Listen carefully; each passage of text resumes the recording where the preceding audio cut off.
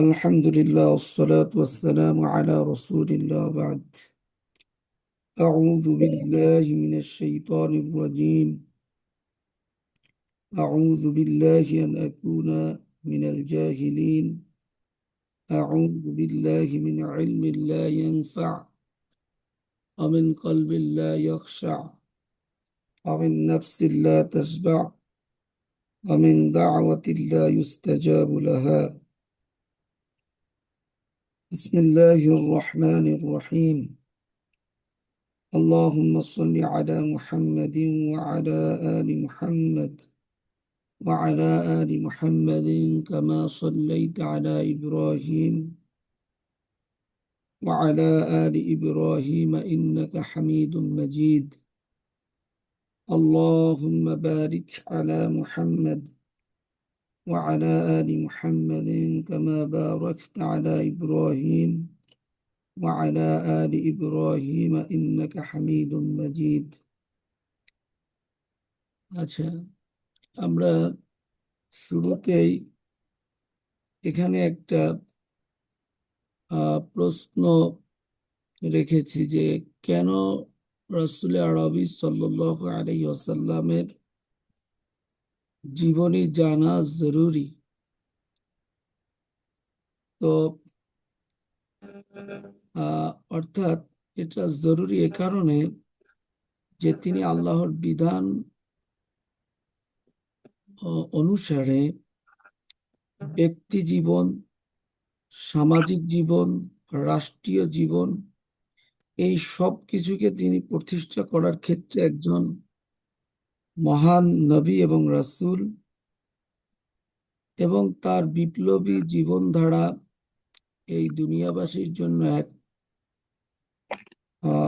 কোনো কিছুর সাথে তার জীবনীকে কারোর সাথে পৃথিবীর আর তুলনা করা যায় না, অতুলনীয়। তিনি একজন দৃষ্টান্ত, এবং তিনি প্রশিক্ষণ এবং আত্মশুদ্ধির মাধ্যমে এমন এক জাতির সৃষ্টি হয়েছে যে জাতির সৃষ্টি সম্পর্কে আল্লাহ সুবহানাহু ওয়া তাআলা স্বয়ং নিজে বলছেন সূরা আল ইমরানের 110 নম্বর আয়াতে যে কুনতুম খায়রা উম্মাতিন উখরিজাত লিন-নাস, যে তোমরা উত্তম জাতি, উখরিজাত লিন-নাসি, তোমাদেরকে প্রেরণ করা হয়েছে বা তোমাদেরকে আনা হয়েছে, তা'মুরুনা বিল মা'রুফি ওয়া তানহাউনা আনিল মুনকার ওয়া তু'মিনুনা বিল্লাহ, যে তিনি এই জাতির কে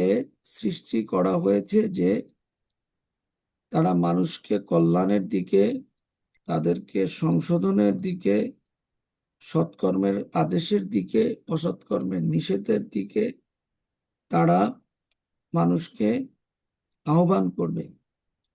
এবং তোমরা তুমিনুনা বিল্লাহ, আর তোমরা আল্লাহর প্রতি কি করো?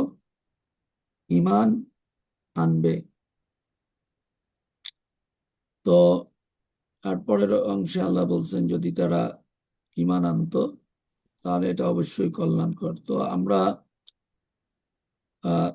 এটার জন্য যে তিনি এক অতুলনীয় দৃষ্টান্ত রেখেছেন এবং প্রশিক্ষণ আত্মশুদ্ধির মাধ্যমে এক উত্তম জাতিকে সৃষ্টি করেছিলেন, সে কারণে আমাদেরকে তার জীবনী জানতে হবে।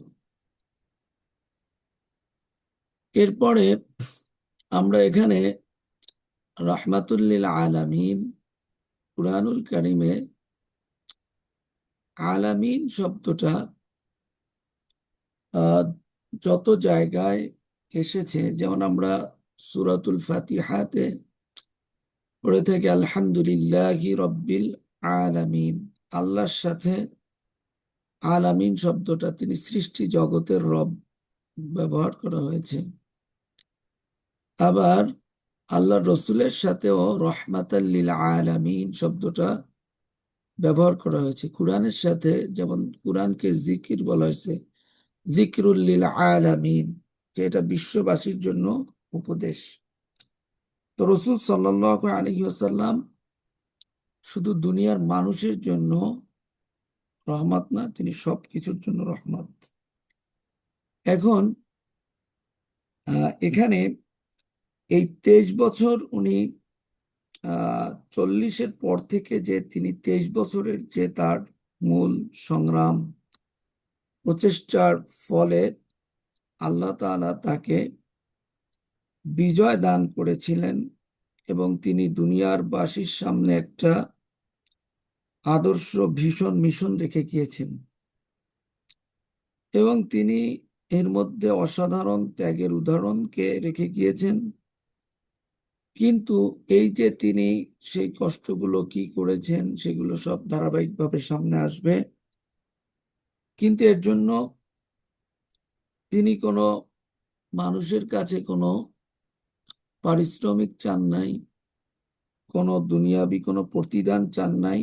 এগুলো তিনি আমাদের কারো কাছে ওই সময় তিনি কারো কাছ থেকে নিয়ে যাননি, আর কারো কাছ থেকে তিনি কোনো প্রকার কোনো প্রতিদান পারিশ্রমিক গ্রহণ করেন নাই।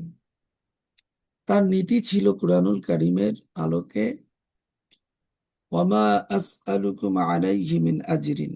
আল্লাহ সুবহানাহু ওয়া তাআলার এই বক্তব্য এটা কোরআনে অনেক জায়গাতেই এসেছে যে ওয়ামা আসআলুকুম আলাইহি মিন আজর, যে আমি তোমাদের কাছ থেকে কোনো প্রতিদান চাই না।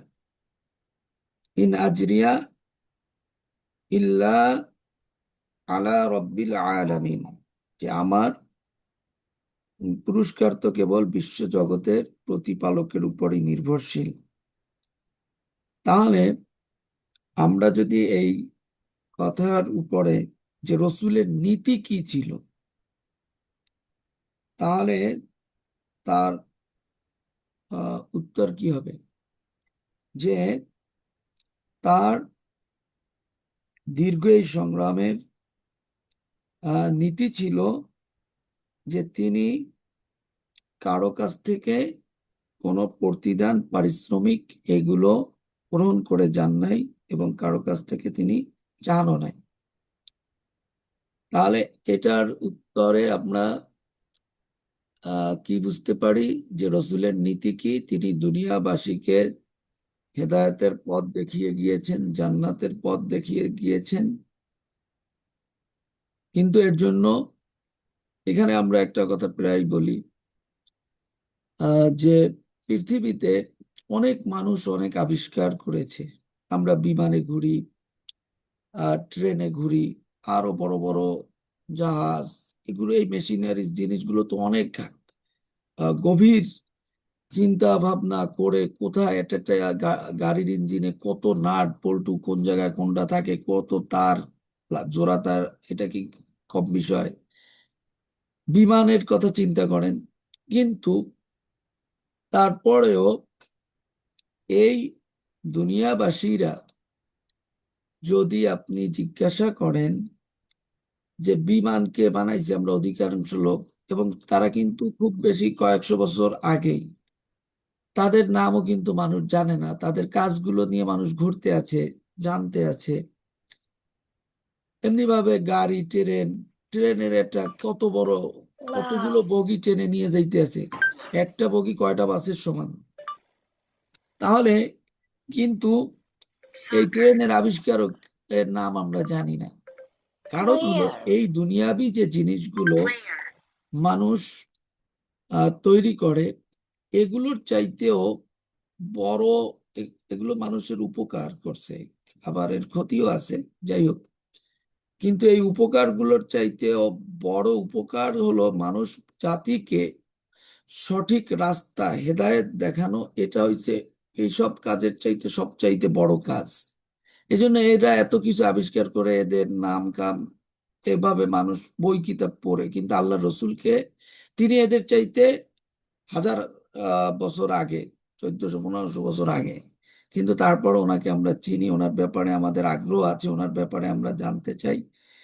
তো সেজন্য আহ আমাদেরকে রসুল সাল্লাল্লাহু আলাইহি ওয়াসাল্লামের নীতির বিষয়টা ছিল যে ওনারা এর জন্য কোনো উনি আর আল্লাহ রসুল কোনো প্রতিদান চেয়ে যাননি। এটা তো উনি সকল কল্যাণের ক্ষেত্রে মানব জাতির জন্য উনি কল্যাণের কাজ করে গিয়েছেন।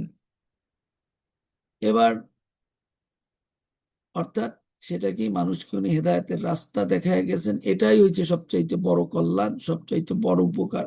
পৃথিবীর অন্য অন্য যত উপকার আছে এগুলো এই না, উনি যেটা দেখিয়ে গেছেন যে এই 50-60 বছরে পেলেন এই আবিষ্কার না হইলেও পৃথিবীর মানুষ চলে যাইতো, কিন্তু মানুষের যে আখিরাতের জীবন, সেটার যে মূল সফলতা, মানুষের জীবন যে একটা ভ্রমণের উপর দিয়ে চলমান আছে, যে সে তার রুহ জগৎ থেকে তার সফর শুরু করলো, রুহ জগৎ থেকে সফর করে সে এসে নামলো মায়ের পেটে, মায়ের পেটের সফর শেষ করে ওখানে সে আপনার মায়ের পেটে কেউ থাকতে চাইলেও থাকতে পারবে না, নামতে হবে দুনিয়ায়, দুনিয়ায় আবার থাকতে চাইলে দুনিয়াও থাকা যাবে না, এখান থেকে আবার রওনা হইতে হবে কবরে।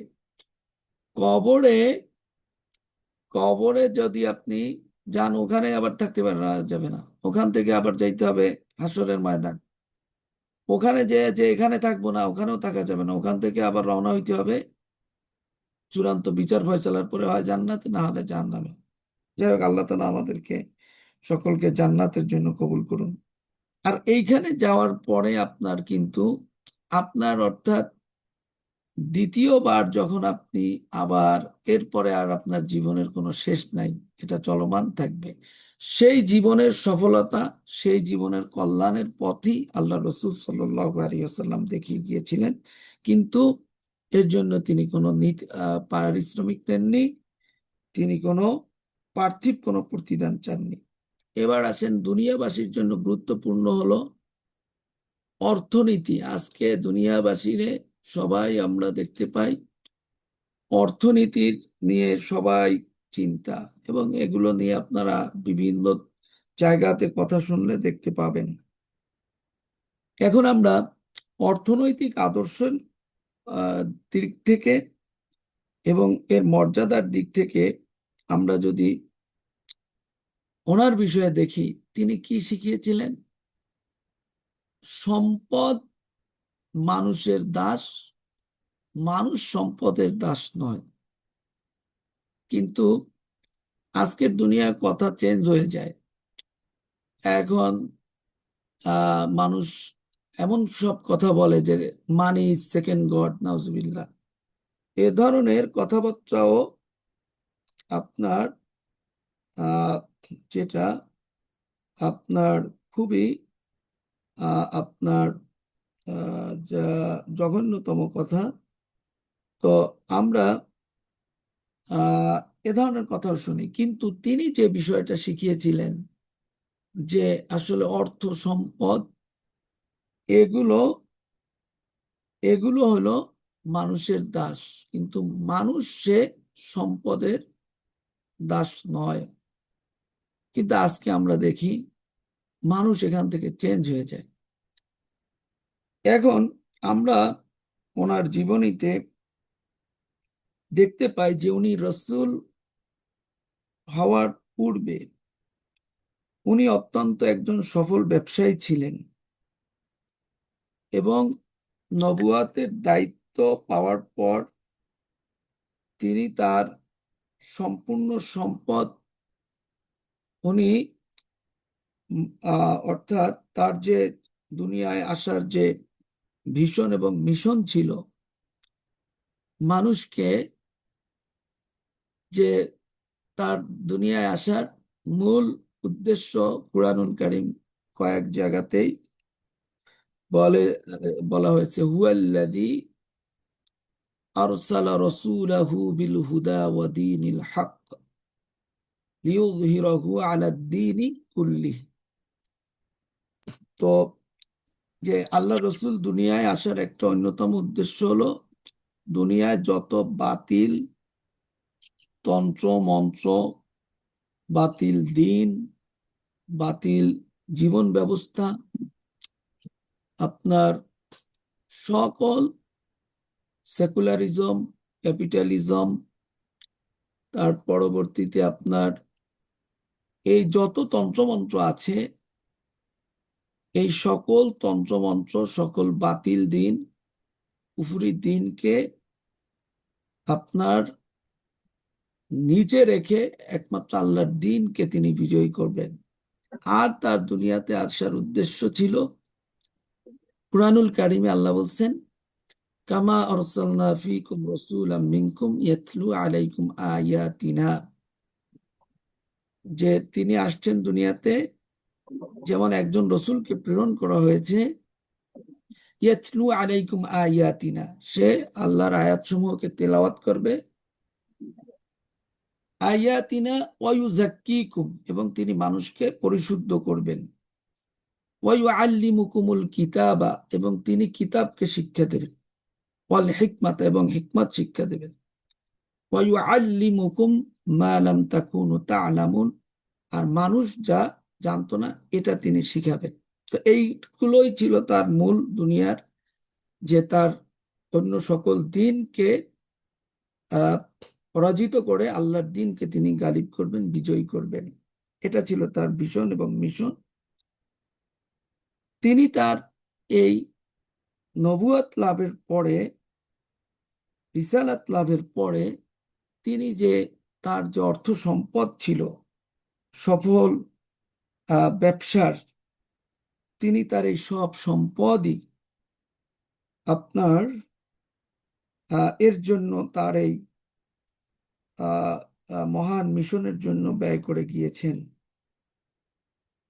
এরপরে তার যখন সুখ স্বাচ্ছন্দ্যের দিন আসলো,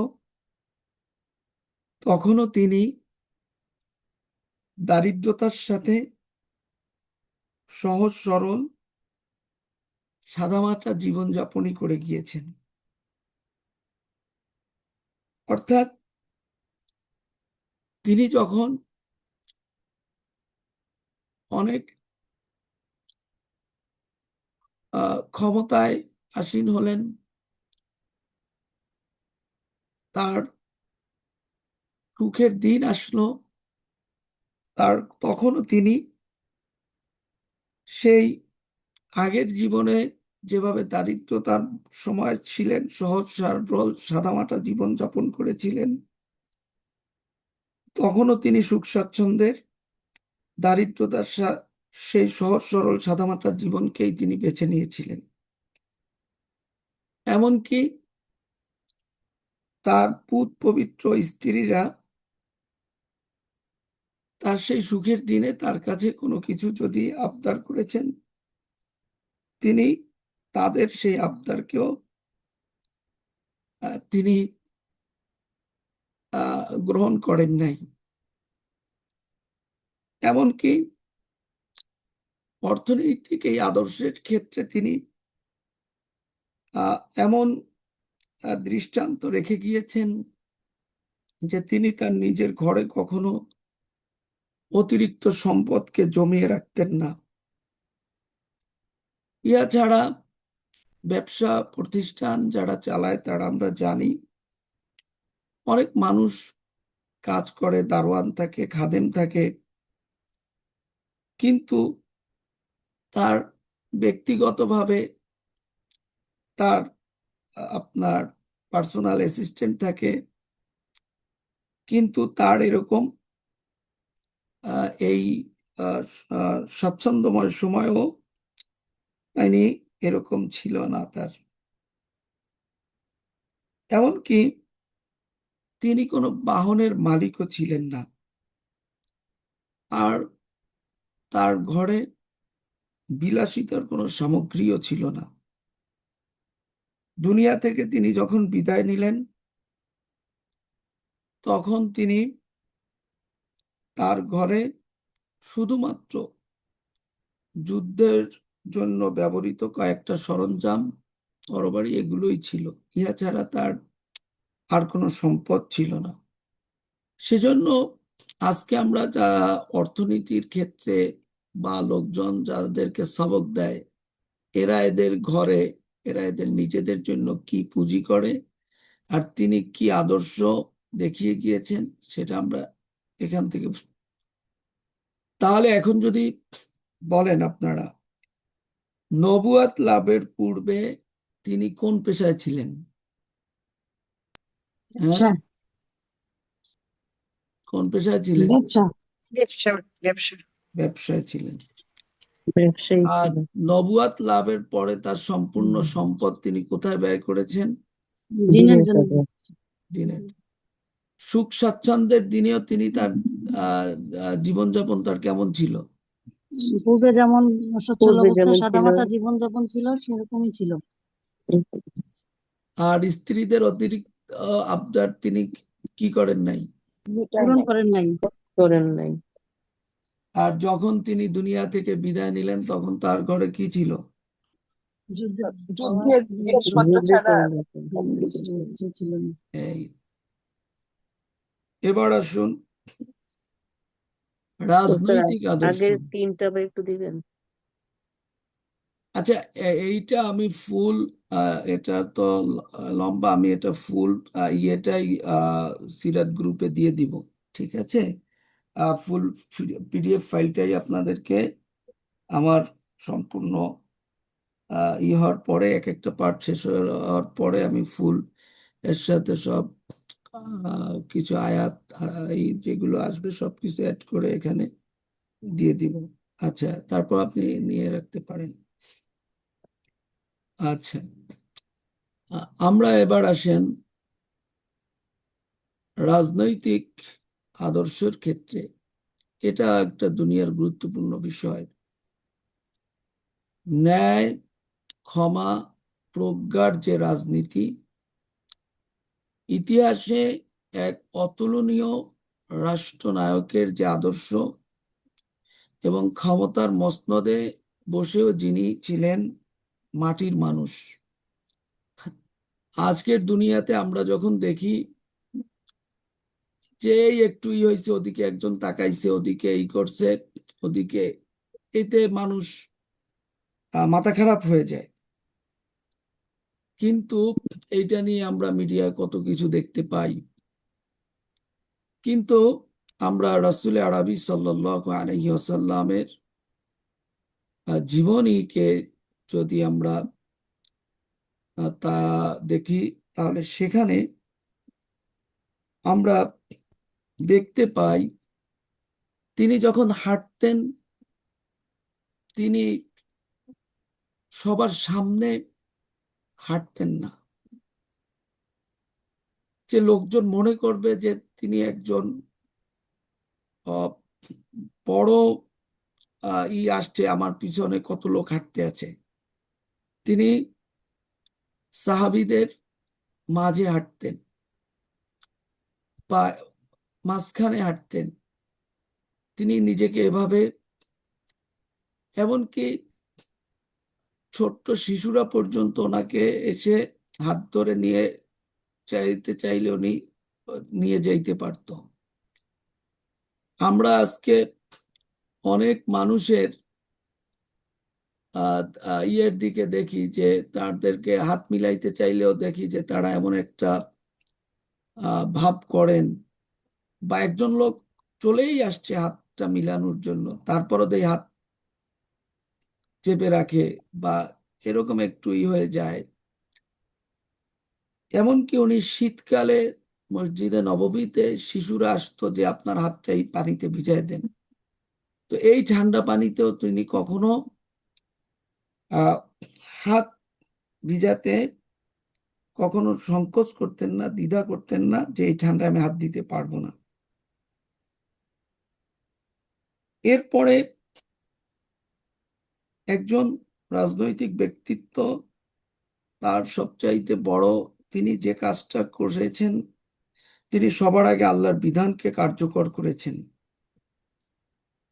সে, আমরা দেখি অন্যান্য সবাই, কিন্তু যদি কেউ আমাদের সকল ক্ষেত্রে আদর্শ হিসেবে রসুলকে নেয়, তাহলে একজন মুসলিম যে দাবি করবে রসুলের উম্মাত নিজেকে, যে দাবি করবে, তাহলে তার রসুলের যে আদর্শ সেটা, তাহলে তার উচিত হবে আল্লাহর বিধানকে কার্যকর করা।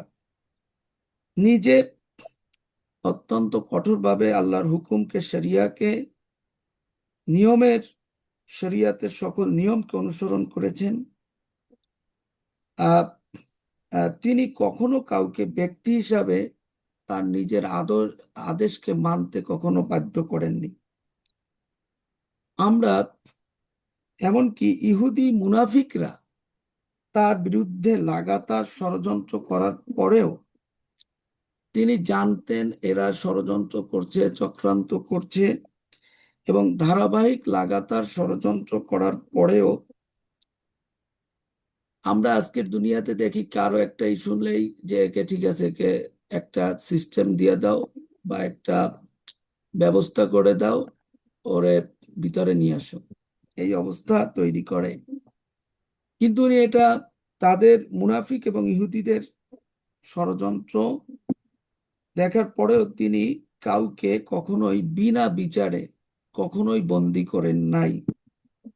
অর্থাৎ আজকে আমরা দেখি কারো একটা হয়েছে, কোনো প্রমাণ বিচার নাই, আচার নাই, তারে কতদিন করে দিয়েছে, এর কোনো সময় পাওয়া যায় না। এবং তিনি আহ কখনোই কাউকে কঠিনভাবে শারীরিক কোনো নির্যাতন করেন নাই, এবং তিনি সকলকেই তার মত প্রকাশের স্বাধীনতা দিতেন, সমালোচনা করার অধিকার দিতেন। তিনি জনগণের সঙ্গে বিভিন্ন বিষয়ে পরামর্শ করতেন এবং অনেক ক্ষেত্রে তিনি এটা বাস্তবায়নও করতেন। তো এখানে আমরা সর্বদা তিনি কার বিধান কার্যকর করেছেন? আল্লাহর বিধান। আর ইহুদি মুনাফিকদের লাগাতার ষড়যন্ত্রের পরেও তিনি কাউকে কি করেন নাই? তাদেরকে বিনা বিচারে বন্দি করেন নাই। তাদেরকে। এবার আমরা আমরা কেন ওনাকে আমাদের লাগবে এটা আমরা মূলত আজকে বলছি। সামাজিক দৃষ্টিকোণ থেকে বা সামাজিকতার আদর্শের দিক থেকে আমরা দেখতে পাই তিনি এমন এক সমাজ বিনির্মাণ করেছিলেন যে সমাজে দাস মনিব ধনী গরিব সবাই ছিল সমান। জাহেলিয়াতের অন্ধকার ভেঙে যিনি গড়েছিলেন একটা আলোকিত সমাজ। অর্থাৎ তিনি সর্বদা সাম্যতা, ন্যায়পরায়ণতা এগুলোকে তিনি অগ্রাধিকার দিয়েছেন। তিনি নিজেকে কখনোই অন্যদের চাইতে উচ্চতর বা বেশি উপরে এটা মনে করেননি। তিনি সর্বদাই মানুষের সাথে সাধারণ মানুষের মতো আচরণ করতেন। তিনি যখন কোনো সভায় বসতেন তখন সাধারণ মানুষের মতোই তিনি বিনম্রভাবে বসতেন। তিনি কাউকে তার সম্মানে দাঁড়ানোর কোনো অনুমতি দিতেন না, এবং তার জীবনযাত্রা, পোশাক পরিচ্ছদ, ব্যক্তি আচরণ কখনো এগুলোর মধ্যে বৈষম্য দেখা যাইত না। আমরা আজকের দুনিয়ায় অনেক কিছু দেখতে পাই, অমুক আমাদের ইয়েতে কয় অমুক বের খুঁজছে গেছে, অমুকে একটা গাছ লাগায় গেছে, তমুকে একটা এই করে গেছে, কেউ একটা ড্রেন খনন করে গেছে, ঠিক না? হ্যাঁ, তারপরে কেউ একটা দুইটা কোদাল দিয়ে কোপ দিয়ে গেছে। এইগুলো নিয়ে দুনিয়া কত, কিন্তু তারা এবং সেইটাকে খুব বড় আকারে হ্যাঁ আহ প্রচার আমরা দেখতে পাই। তো যে সে কি হয়েছে, সে একটা ড্রেন বানায় গেছে এই জায়গায় বড় একটা। তো কিন্তু আমরা যদি আল্লাহ রসুল সাল্লাল্লাহু আলাইহি ওয়াসাল্লামের জীবনী দেখি, খন্দককে খনন করার যে সেই কাজ বিস্তারিত আলোচনার পরবর্তীতে আসবে, মসজিদ নির্মাণের কাজ সহ সব জায়গায় সব পরিস্থিতিতে তিনি সাধারণ মানুষের সঙ্গে তিনি কাঁধে কাঁধ মিলিয়ে কাজ করতেন। ঋণদাতারা যদি তার কাছে পাওনা দাবি করত তিনি তাদেরকে পূর্ণ অধিকার দিতেন। তিনি নিজেকে সাধারণ মানুষের কাছে বা সাধারণ মানুষের আদালতে বিচারের জন্য বা তার উপরে কোনো প্রতিশোধ নেওয়া লাগলে সেটার জন্য তিনি নিজেকে, যে আমার কাছ থেকে যদি তোমাদের কোনো প্রতিশোধ, তাহলে আমার কাছ থেকে এটা তোমরা নাও, তিনি তাকে সাধারণ মানুষের আদালতেও প্রতিশোধের জন্য তিনি পেশ করেছিলেন। তিনি নিজেকে কখনোই আইনের ঊর্ধ্বে মনে করতেন না। আজকে আমরা অনেক অনেক বিষয় দেখতে পাই, সে আহ, অমুক দেশের তমুক, সে যদি এই পর্যায়ে হয়, আমি কিছু শব্দ চয়ন করতে চাই না, আপনারা বুঝবেন, যে সে তার কোনো তার কোনো দোষ থাকতে পারবে না, সে একদম মাসুম বেগুনা, এরকম আছে। তো এরকম তাদেরকে মনে করে। তো সে যখন ওই জায়গায় যায়, সে যদি আগে হাজার কোটি লাখো কোটি অন্যায় অপকর্ম লুটপাট এগুলো করে থাকে, তারপরও ওই এখানে বসলে বা ঢুকলে তখন তার আর কোনো অপরাধ নাই। ওই আহ, ওই খানকায় সে যখন বসে, অথবা ওইটার যে চেয়ার আছে, ওই চেয়ার টেবিলে বসলে তখন আর তার কোনো অপরাধ থাকে না। কিন্তু আল্লাহ রসুল সাল্লাল্লাহু আলাইহি ওয়াসাল্লাম তিনি নিজেকে কখনোই আইনের ঊর্ধ্বে ভাবতেন না। সামাজিক দিক থেকে নিজের জন্য কখনো বিশেষ মর্যাদারও তিনি কখনো দাবি করতেন না। নিঃস্বার্থ নিষ্কলঙ্ক আত্মত্যাগের দৃষ্টান্ত তিনি ছাড়া কোথাও আপনি আর দেখতে পাবেন না। যখন তার মিশন সম্পন্ন হইল, আল্লাহ তাআলা ঘোষণা করে দিলেন, আল-ইয়াওমা আকমালতু লাকুম দীনাকুম ওয়া আতমামতু আলাইকুম নি'মাতি ওয়া রাদিতু লাকুমুল ইসলাম দীনা, যে আজ তোমাদের জন্য দিনকে পরিপূর্ণ করে দিলাম, তোমাদের প্রতি আমার নিয়ামত সম্পূর্ণ করে দিলাম, ইসলামকে তোমাদের জন্য দিন হিসাবে মনোনীত করে দিলাম। তাহলে আমরা সামাজিকতার ক্ষেত্রে রসুল সাল্লাল্লাহু আলাইহি সাল্লাম কিসের দিকে অগ্রাধিকার দিয়েছেন? সর্বদা সাম্যতা, ন্যায়পরায়ণতা, এটার অগ্রাধিকার দিয়েছেন নাকি? হ্যাঁ। সবাই তিনি কিভাবে বসতেন? নম্রভাবে সবার সঙ্গে একইভাবে বসতেন, সবার সঙ্গে তিনি তার সম্মানে কাউকে কি করতে দিতেন না, দাঁড়াইতে বলতেন দাঁড়াইতে দিতেন না, দাঁড়াইতে দিতেন অথচ ওনার চাইতে দুনিয়ায় আর সম্মানী কেউ আছে? না। আমরা এটা হাদিসের খেলাফ। কারো, হ্যাঁ, আপনি যখন কথা বলবেন তখন দাঁড়াইতে পারেন, কিন্তু কেউ একজন, অথবা একজন মুরব্বী মানুষ আসছে আপনার সিট, সে দাঁড়ানো, তখন আপনি বসতে পারেন, বাই রয়েছেন, কিন্তু আহ সম্মানের জন্য এটাকে দাঁড়ানো আল্লাহ রসুল পছন্দ করতেন না। তো এরপরে আমরা যখন তার এই নিয়ামত সম্পূর্ণ হলো, তখন আল্লাহ তাআলা কি ঘোষণা করলেন? তিনি ঘোষণা করলেন যে দিনকে দিন পরিপূর্ণ সম্পন্ন করা সম্পূর্ণ করা হলো, আর ইসলামকেই একমাত্র দিন দিন হিসাবে হিসেবে মনোনীত করা মনোনীত হলো। করা হলো। সূরা মায়েদার 3 নম্বর আয়াতে আছে।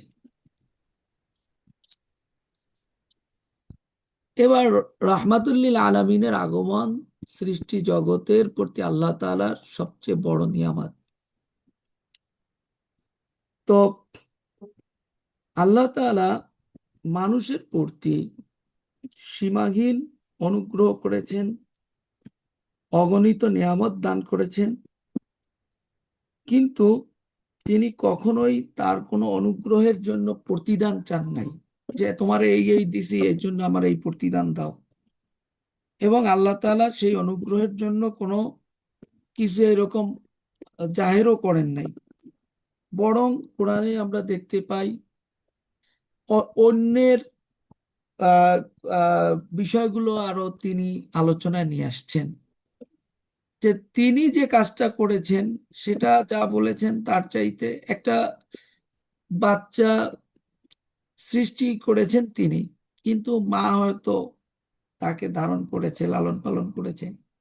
দেখেন কোরআনে কত জায়গায় মাকে নিয়ে, বাপকে নিয়ে কথা বলছেন যে তাদের প্রতি। তো এখন মার বাপের চাইতে তো সবচাইতে বড় আহ আপনার যে অনুগ্রহ, সেটা তো আল্লাহ করেছেন।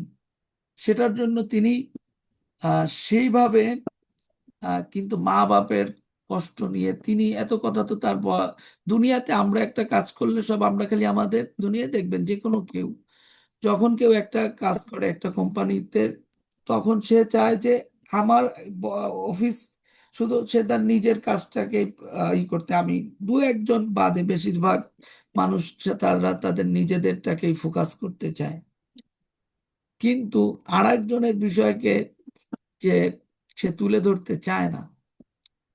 কিন্তু আল্লাহ তাআলা স্বয়ং রব হওয়ার পরেও তিনি কিন্তু এই বিষয়গুলো তুলে ধরেছেন। তেমনি ভাবে আমরা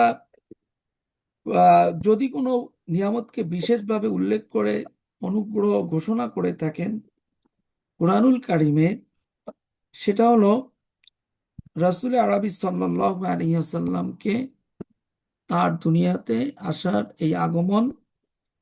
এটাই আল্লাহ তাআলা এ ব্যাপারে সূরা আল ইমরানের 164 নম্বর আয়াতে তিনি বলছেন, লাকাদ মান্নাল্লাহু আলাল মুমিনিন, আল্লাহ মুমিনদের প্রতি এক বিরাট অনুগ্রহ করেছেন। ইয বাআসা ফীহিম রাসূলাম মিন আনফুসিহিম, আল্লাহ বিরাট মুমিনদের প্রতি কি অনুগ্রহ করেছেন, যে ইয বাআসা ফীহিম, তাদের মধ্যে থেকে একজন রসূলকে তিনি পাঠিয়েছেন। ইয়াতলু আলাইহিম আয়াতিহি ওয়া ইউযাক্কিহিম, এবং যিনি তাদের সামনে আল্লাহর আয়াত সমূহকে তেলাওয়াত করে, তাদেরকে পরিশুদ্ধ করে, এবং ওয়ায়ুআল্লিমুহুমুল কিতাব ওয়াল হিকমাতা, এবং তাদের কিতাব হিকমতের শিক্ষা দেয়। ওয়া ইন কানু মিন ক্বাবলু লাফি যালালিম মুবিন, যদিও তারা পূর্বে স্পষ্ট বিভ্রান্তিতে ছিল। তাহলে রসূলের কারণেই আমরা, না হলে আমরাও বিভ্রান্তিতে থাকতাম। এখন এই পর্যন্ত আমরা আহ যে কয়েকটা বিষয় আমরা বলার পরে, এখন আসলে আমরা সিরাত পাঠ বা সিরাতের জীবনী এটা পড়লে আপনার কি হয়, হৃদয় আপনার অন্তর আলোকিত হবে এবং আপনার জীবনেও আপনি বরকত পাবেন।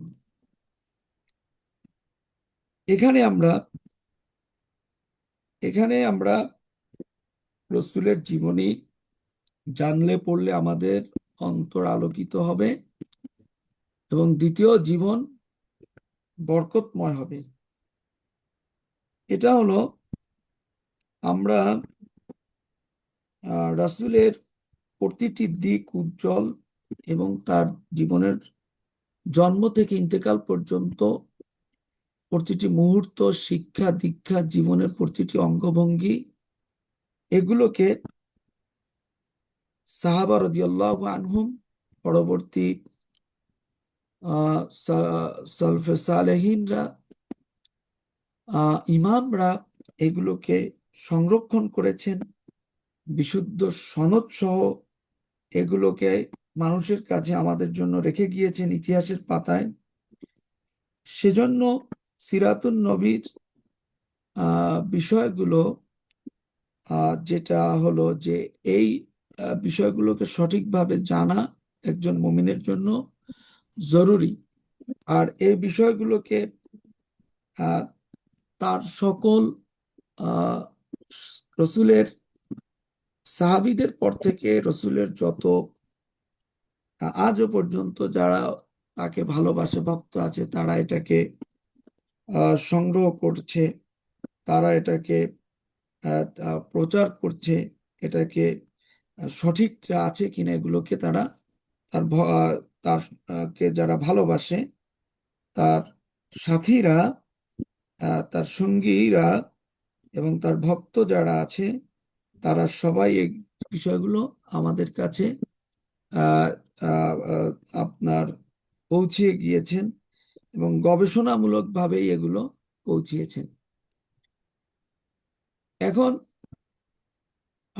রসুল সাল্লাল্লাহু আলাইহি ওয়াসাল্লাম তিনি একজন মহামানব, ইমামুল আম্বিয়া। তিনি দ্বীনের রাহবার, রাজনৈতিকভাবে তিনি দূরদর্শী ছিলেন, যুদ্ধের ময়দানে তিনি শ্রেষ্ঠ রণকৌশলী ছিলেন, সমাজের তিনি শ্রেষ্ঠ সমাজ সংস্কারক ছিলেন এবং পারিবারিক জীবনে তিনি ভালোবাসা, দয়া, স্নেহ এগুলোর ব্যাপারে শালীনতার ক্ষেত্রে তিনি আমাদের জন্য একটা উত্তম আদর্শ ছিলেন। তো সেজন্য ওনার জীবনটা আমাদের জন্য জানা জরুরি, যে মানুষের সাথে তার উঠা বসা এবং আরববাসীর মাঝে যে তার দাওয়াতের সীমাহীন প্রভাব ছিল। তো সেজন্য আমাদের তার বরকতময় জীবনের খুঁটিনাটি বিষয়গুলোকে জানা, এটা জরুরি। এবার আমরা এখানে শরিয়াতের তিনি একজন মহান বাহক এবং তিনি এর প্রণেতা। রাসূল আরবি সাল্লাল্লাহু আলাইহি ওয়াসাল্লাম তিনি বিধানে পাথর নয়, কিন্তু ভালোবাসার সুতা দিয়ে তিনি গেঁথেছিলেন, যিনি শরিয়াতের মালা তিনি গেঁথে গিয়েছেন। অর্থাৎ তিনি শরিয়াতের ক্ষেত্রে তার অবস্থান কোথায়? তিনি একজন আইন প্রণেতা। আজকে তো আমরা আমাদের দেশে আইন প্রণেতা বা বিভিন্ন ইয়েতে আইন প্রণেতা বলা হয়। যারা দেখবেন এমপি হয়, তাদের মেম্বার অফ পার্লামেন্ট হয়, তাদেরকে বলে তারা আইন প্রণেতা। কিন্তু আইন প্রণয়নকারী আল্লাহ এবং আল্লাহর রসুল। কুরআনুল কারীমে অর্থাৎ অবস্থান, মর্যাদা, এটা আমাদেরকে আল্লাহ রসুলের অবস্থা, তার মর্যাদাটা কোথায়, এটা আমাদের জন্য জানা বোঝাটা জরুরি। রসুল সাল্লাল্লাহু আলাইহি ওয়াসাল্লামের কথা, কাজ, সিরাত, নির্দেশ, এই সব বিষয়টাই হলো দ্বীনের আপনার দ্বীনের একটা অংশ। ওনার কথা, কাজ, ওনার আহ, আহ, আদেশ, ওনার নিষেধ, ওনার সকল কর্মকাণ্ডই ইসলামী শরিয়া বা ইসলামের একটা অন্যতম দ্বীনের অংশ। কেননা আল্লাহ তাআলা কোরআনে বলেছেন, ওয়ামা ইয়ানতিকু আনিল হাওয়া ইন হুয়া ইল্লা ওয়াহয়ুন ইউহা, যে তিনি নিজের মন গড়া কোনো কথা বলেন না। তিনি এটা কেবল ওহী, যা ইল্লা ওয়াহয়ুন ইউহা, যা তার প্রতি নাজিল করা হয়। সূরা নাজমের এই 3 এবং 4 নম্বর আয়াতে আমরা জানি যে তিনি একজন কি তিনি নিজের থেকে কোনো কথা বলেন না, যাই তিনি বলে গিয়েছেন সবই ওহীর অন্তর্ভুক্ত। এবং আল্লাহ তাআলা আল্লাহর রসুলের উপরে শুধু দ্বীন অবতীর্ণ করেছেন তা নয়, বরং আল্লাহর রসুল সাল্লাল্লাহু আলাইহি ওয়াসাল্লাম তিনি দ্বীনের ব্যাখ্যাকারী, এই হিসাবে আল্লাহ তাআলা তাকে ঘোষণা দিয়েছেন। আল্লাহ তাআলা বলেন সূরা আন-নাহলের 44 নম্বর আয়াতে, وأنزلنا إليك الذكر لتبين للناس ما نزل إليهم ولعلهم يتفكرون। যে وأنزلنا إليك الذكر, আর আমি তোমার প্রতি জিকিরকে অর্থাৎ কুরআনকে অবতীর্ণ করেছি, মা নুজ্জিলা ইলাইহিম, যাতে তুমি মানুষের জন্য তা স্পষ্টভাবে লিতুবাইয়িনা লিন্নাসি, যেন লিতুবাইয়িনা যেন স্পষ্টভাবে ব্যাখ্যা করো লিন্নাসি মানুষের জন্য মা নুজ্জিলা ইলাইহিম, এবং যা তাদের প্রতি নাজিল করা হয়েছে, ওয়ালাআল্লাহুম ইয়াতাফাক্কারুন, যেন তারা চিন্তা ভাবনা করে। তাহলে আহ আল্লাহ তাআলা এখানে বলছেন তোমার প্রতি এই কোরআনকে নাজিল করা হয়েছে যাতে তুমি মানুষের জন্য সেটাকে স্পষ্টভাবে ব্যাখ্যা করো। তো রসূল সাল্লাল্লাহু আলাইহি ওয়াসাল্লামের আনুগত্যকে আহ আল্লাহ তাআলা আহ নিজের আনুগত্য হিসাবে গণ্য করেছেন।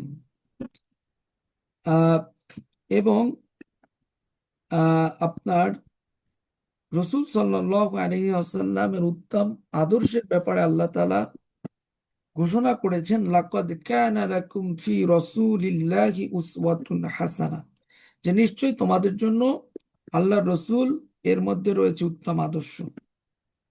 তো রসূলের জীবনী জানা জরুরি এজন্য যে এটা রসূল সাল্লাল্লাহু আলাইহি ওয়াসাল্লামের প্রতি ভালোবাসা, শ্রদ্ধা, অনুসরণ করা আবশ্যক, এবং এটা ইমানের একটা অপরিহার্য শর্ত। এটা একটা ইমানের শর্ত যে তাকে আপনি ভালোবাসবেন, তাকে আপনি অনুসরণ করবেন, আর তাকে আপনি সম্মান করবেন। এটা আপনি যে ইমান আছে তার একটা প্রমাণ।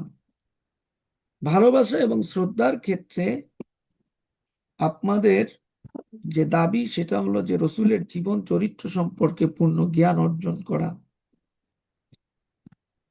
আহ তো সেজন্য তাকে কোনো কাজ বা আমল আল্লাহর কাছে গ্রহণযোগ্য হবে না আহ, আপনার যতক্ষণ না সেটা রসূলের ভালোবাসার ভিত্তিতে করা হয়, তাকে অনুসরণের আলোকে করা হয়। অন্য কারো অনুসরণের আলোকে করলে ওই কাজ ওই আমল গ্রহণযোগ্য হবে না। তো আনুগত্য অনুসরণের ক্ষেত্রে রসূল সাল্লাল্লাহু আলাইহি ওয়াসাল্লামের প্রতি ভালোবাসার যে একটা আপনার ভালোবাসা রাখার যে একটা যোগ দাবি হইল যে রসূলের আনুগত্য করা, তার নির্দেশের প্রতি আমাদেরকে আহ আত্মসমর্পণ করা, মেনে নেওয়া। কারণ সূরা নিসাতে আল্লাহ সুবহানাহু ওয়া তাআলা সূরা নিসার ৮০ নম্বর আয়াতে কি বলেছেন, মান ইউতি'ইর রাসূলা ফাকাদ আতা আল্লাহ, মান ইউতি'ইর রাসূলা, যে আল্লাহর আনুগত্য করে, ফাকাদ আতা আল্লাহ, অবশ্যই সে আল্লাহর আনুগত্য করে। আর আল্লাহ রসূল ইন্তেকালের পূর্বে তিনি বলে গিয়েছেন, তারাকতু ফীকুম আমরাইন লান তাদিল্লু মা তামাসসাকতুম বিহিমা কিতাবাল্লাহি ওয়া সুন্নতি, যে আমি তোমাদের মধ্যে দুইটা জিনিস রেখে যাচ্ছি, যতক্ষণ তোমরা এই দুইটা জিনিসকে দৃঢ়ভাবে ধরে রাখবে, প্রতিষ্ঠিত রাখবে, ততদিন পর্যন্ত তোমরা লাং তাদিল্লু, তোমরা কখনোই কি হবে না, গোমরা হবে না। একটা হলো কিতাব আল্লাহ, আর একটা হলো অসুন্নাতি, রসুলের সুন্নাহ। সেজন্য আনুগত্যের সাথে নবীর অনুসরণ করাটাও অপরিহার্য। অনুসরণের ক্ষেত্রে আনুগত্যের চেয়ে এটা জরুরি, সেটা হোক আপনি ফরজের আমল করার ক্ষেত্রে, সুন্নাতের, অথবা মুস্তাহাব নফলের ক্ষেত্রেই হোক। প্রত্যেক মুমিন মুমিনা মানুষদের এই ইচ্ছে থাকা উচিত যে সে তার জীবনকে রসূল সাল্লাল্লাহু আলাইহি ওয়াসাল্লামের মাপকাঠির আলোকে সে গড়বে। তো এবং সে এটাকে, এই অনুসরণটা তার অন্তরের ভিতর থেকে আপনার শ্রদ্ধা এবং আবেগ অনুভূতির সাথে সে এগুলোকে পালন করবে। এ প্রসঙ্গে কুরআনুল কারীমে আল্লাহ তাআলা সূরা আল ইমরানের ৩১ নম্বর আয়াতে বলেন, কুল ইন কুনতুম,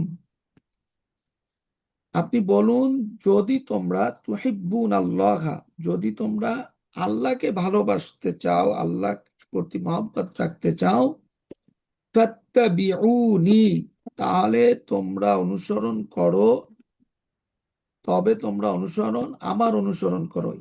ফাত্তাবিউনি, আমাকে অনুসরণ করো। তাহলে কি হবে? ইউহবিবকুমুল্লাহু, তাহলে আল্লাহ তোমাদেরকে ভালোবাসবেন। আর কি হবে? ওয়ায়াগফির লাকুম, তিনি তোমাদের গুনাহকে ক্ষমা করে দিবেন। ওয়ায়াগফির লাকুম যুনুবাকুম, তিনি তোমাদেরকে ক্ষমা করবেন এবং তোমাদের যুনুবাকুম, তোমাদের পাপগুলো, গুনাহগুলোকে ক্ষমা করবেন। আল্লাহু গফুরুর রহিম, তিনি ক্ষমাশীল এবং অত্যন্ত দয়ালু। আর তো আল্লাহ তাআলা তো এখানে এটা বলেই দিয়েছেন। এরপরে আমরা আহ, তিনি কি বলে গিয়েছেন? সুনানে তিরমিজির হাদিসে আছে, মান আহাব্বা সুন্নতি ফাকাদ আহাব্বানি, যে আমার সুন্নাহকে ভালোবাসবে, আমার সুন্নাহকে ভালোবাসে, সে অবশ্যই আমাকেই ভালোবাসে। অর্থাৎ রসুলের সুন্নাহকে যারা ভালোবাসে তারা আল্লাহকেই ভালোবাসে। এখন ভালোবাসার ক্ষেত্রে আমাদের একটা দায়িত্ব হইল তার প্রতি অধিক পরিমাণে দুরূদকে পাঠ করা। এখন দুরূদ এটা কি? দুরূদের অর্থের দিকে যদি আপনি লক্ষ্য করেন, দেখবেন এটা একটা দোয়া, তাই না?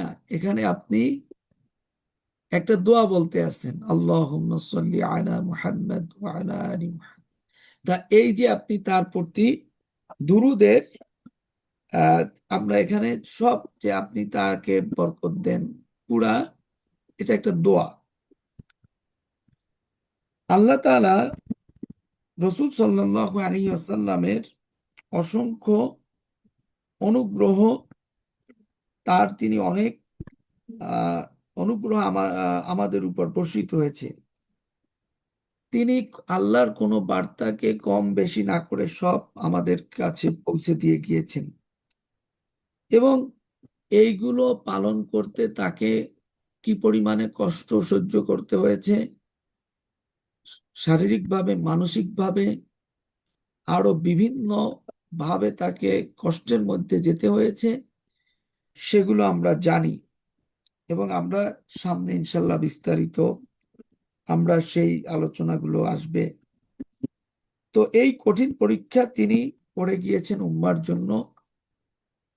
তো সেজন্য আমরা দুর্বল, এবং তা আল্লাহ রসুলের প্রতি আমরা তার এই যে আমাদের জন্য, উম্মার জন্য তিনি এই কষ্ট করে গিয়েছেন, আমাদের এর প্রতিদান দেওয়ার কোনো, তার রসুলের প্রতিদান দেওয়ার কোনো আমাদের সাধ্য সামর্থ্য নেই। কিন্তু আমাদের সেজন্য উচিত কি হবে? তার প্রতি বেশি বেশি দুরূদ পাঠ করা, এবং যেন আল্লাহ তার প্রতি শান্তি, বরকত, এগুলো সবসময় বর্ষণ হতে থাকে, এবং আল্লাহ তাআলা তাকে উত্তম প্রতিদান এবং পুরস্কারকে দান করুন। এবং এই দুরূদ পাঠের নির্দেশ কিন্তু স্বয়ং আল্লাহ তাআলা নিজেই এবং দিয়েছেন। আল্লাহ তাআলা কি বলেছেন? ইন্নাল্লাহা ওয়া মালাইকাতাহু ইউসাল্লুনা আলান নবী, নিশ্চয় আল্লাহ, ফেরেশতা, তারা কি রসুলের ইয়েতে দুরূদকে প্রেরণ করেন, দুরূদকে পাঠান। ইয়া আইয়ুহাল্লাযীনা আমানু, ওহে, আল্লাহ নিজে আদেশ দিয়েছেন, ইয়া আইয়ুহাল্লাযীনা আমানু, ওহে যারা ঈমান এনেছো, সল্লু আলাইহি, সুতরাং তোমরাও তার প্রতি দুরূদ পাঠ করো, ওয়াসাল্লিমু তাসলিমা, এবং এখানে সাল্লিমু শব্দের আবার কথাটাকে জোর দেওয়া হয়, ওই একই শব্দের আহ মাজদার এনেছেন মাফুলে মুতলাক হিসাবে, সাল্লিমু তাসলিমা, সাল্লামা ইউসাল্লিমু তাসলিমান ফাহুয়া মুসাল্লিমুন, যে তোমরাও তার প্রতি কি করো, দুরূদ পাঠাও, দুরূদ প্রেরণ করো, তার প্রতি তোমরাও তার প্রতি আহ তার প্রতি রহমত, শান্তি, বরকত এগুলো কামনা করো। সেজন্য আমাদের কর্তব্য হলো রসুলের শানে বেশি বেশি দুরূদকে পাঠ করা। আর আল্লাহ রসুল বলেছেন, তিরমিজির হাদিসে আছে, সেই ব্যক্তি সবচাইতে বড় কৃপণ, যার সামনে আল্লাহ রসুল সাল্লাল্লাহু আলাইহি ওয়াসাল্লামের নাম উচ্চারণ করা হয় কিন্তু সে দুরূদ পাঠ করে না। আর আল্লাহ রসুল, নাসাইর এক হাদিসে আছে, আল্লাহ রসুল বলেছেন, যে ব্যক্তি আমার উপর একবার দুরূদ পাঠ করে আল্লাহ তাআলা তার প্রতি 10 বার রহমত বর্ষণ করেন। একবার দুরূদ পড়লে 10টা গুনাহ তার মাফ করে দেয়া হয় এবং তার 10টা মর্যাদা তাকে দেয়া হয়। এবং হাদিসে থেকে এটাও প্রমাণ পাওয়া যায় যে দুরূদ শরীফ ছাড়া দোয়াও আহ, আপনার কবুল হয় না কোনো দোয়া। সেজন্য দুরূদ পাঠ করলে আমরা আশা রাখি আল্লাহ রসুল কিয়ামতের দিন আমাদের জন্য সুপারিশ করবেন।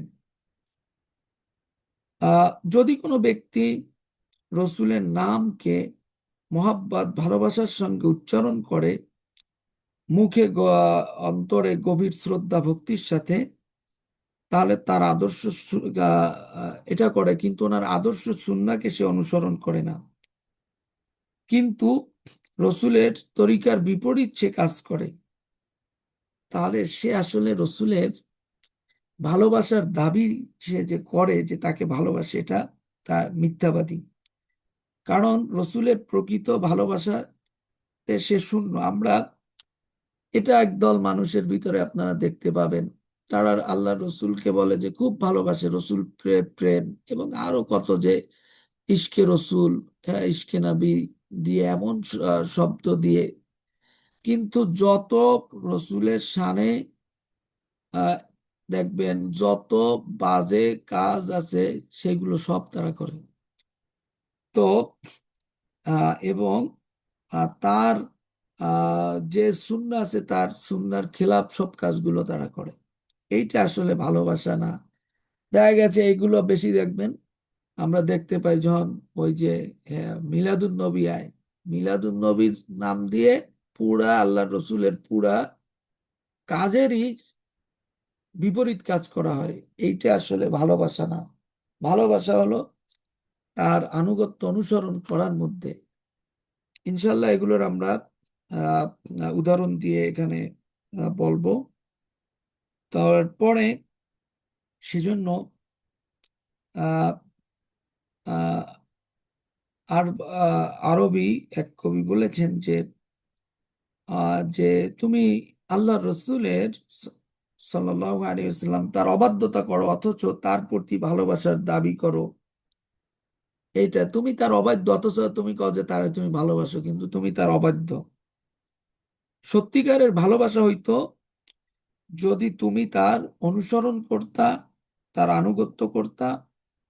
প্রকৃত যে মহাব্বত করে সে তার প্রিয় ব্যক্তির কি হবে, সে তার প্রিয় ব্যক্তির অনুসারী হবে, তাকে তার আহ, আনুগত্য করবে। তো রসুল সাল্লাল্লাহু আলাইহি ওয়াসাল্লামের আনুগত্যের মাধ্যমে দুনিয়াতে সফলতা পাওয়া যাবে, আখিরাতে মহাপুরস্কার পাওয়া যাবে। আহ এ ব্যাপারে আল্লাহ সুবহানাহু ওয়া তাআলা বলেন, ওয়ামাই ইউতিইল্লাহা ওয়া রাসূলাহ, এবং যে ওয়ামাই ইউতিইল্লাহা, যে আল্লাহকে যে আল্লাহ তাআলাকে অনুসরণ করবে ও তার রাসূলকে অনুসরণ করবে, ফাকাদ ফাজা ফাওজান আযীমা, তাহলে অবশ্যই সে এক মহা সাফল্য, অনেক বিরাট এক সাফল্য সে লাভ করতে পারবে। সে কারণেই ইমানের প্রতি, ইমানের আবশ্যক বিষয় হইল তার আনুগত্যকে এবং নিজের আনুগত্য হিসাবে আল্লাহ তাআলা কি করেছেন, যে রসুলের আনুগত্য করাটাকেই আল্লাহর আনুগত্য হিসাবে গণ্য করেছেন।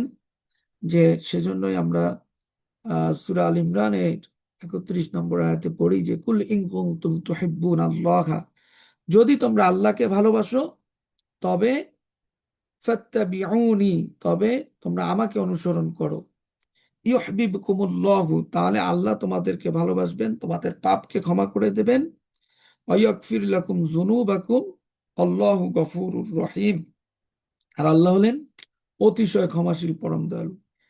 সেজন্য আমাদেরকে ইমানের যে শর্ত, সেটার অন্যতম শর্তই হলো রসুলের আদেশকে মেনে চলা।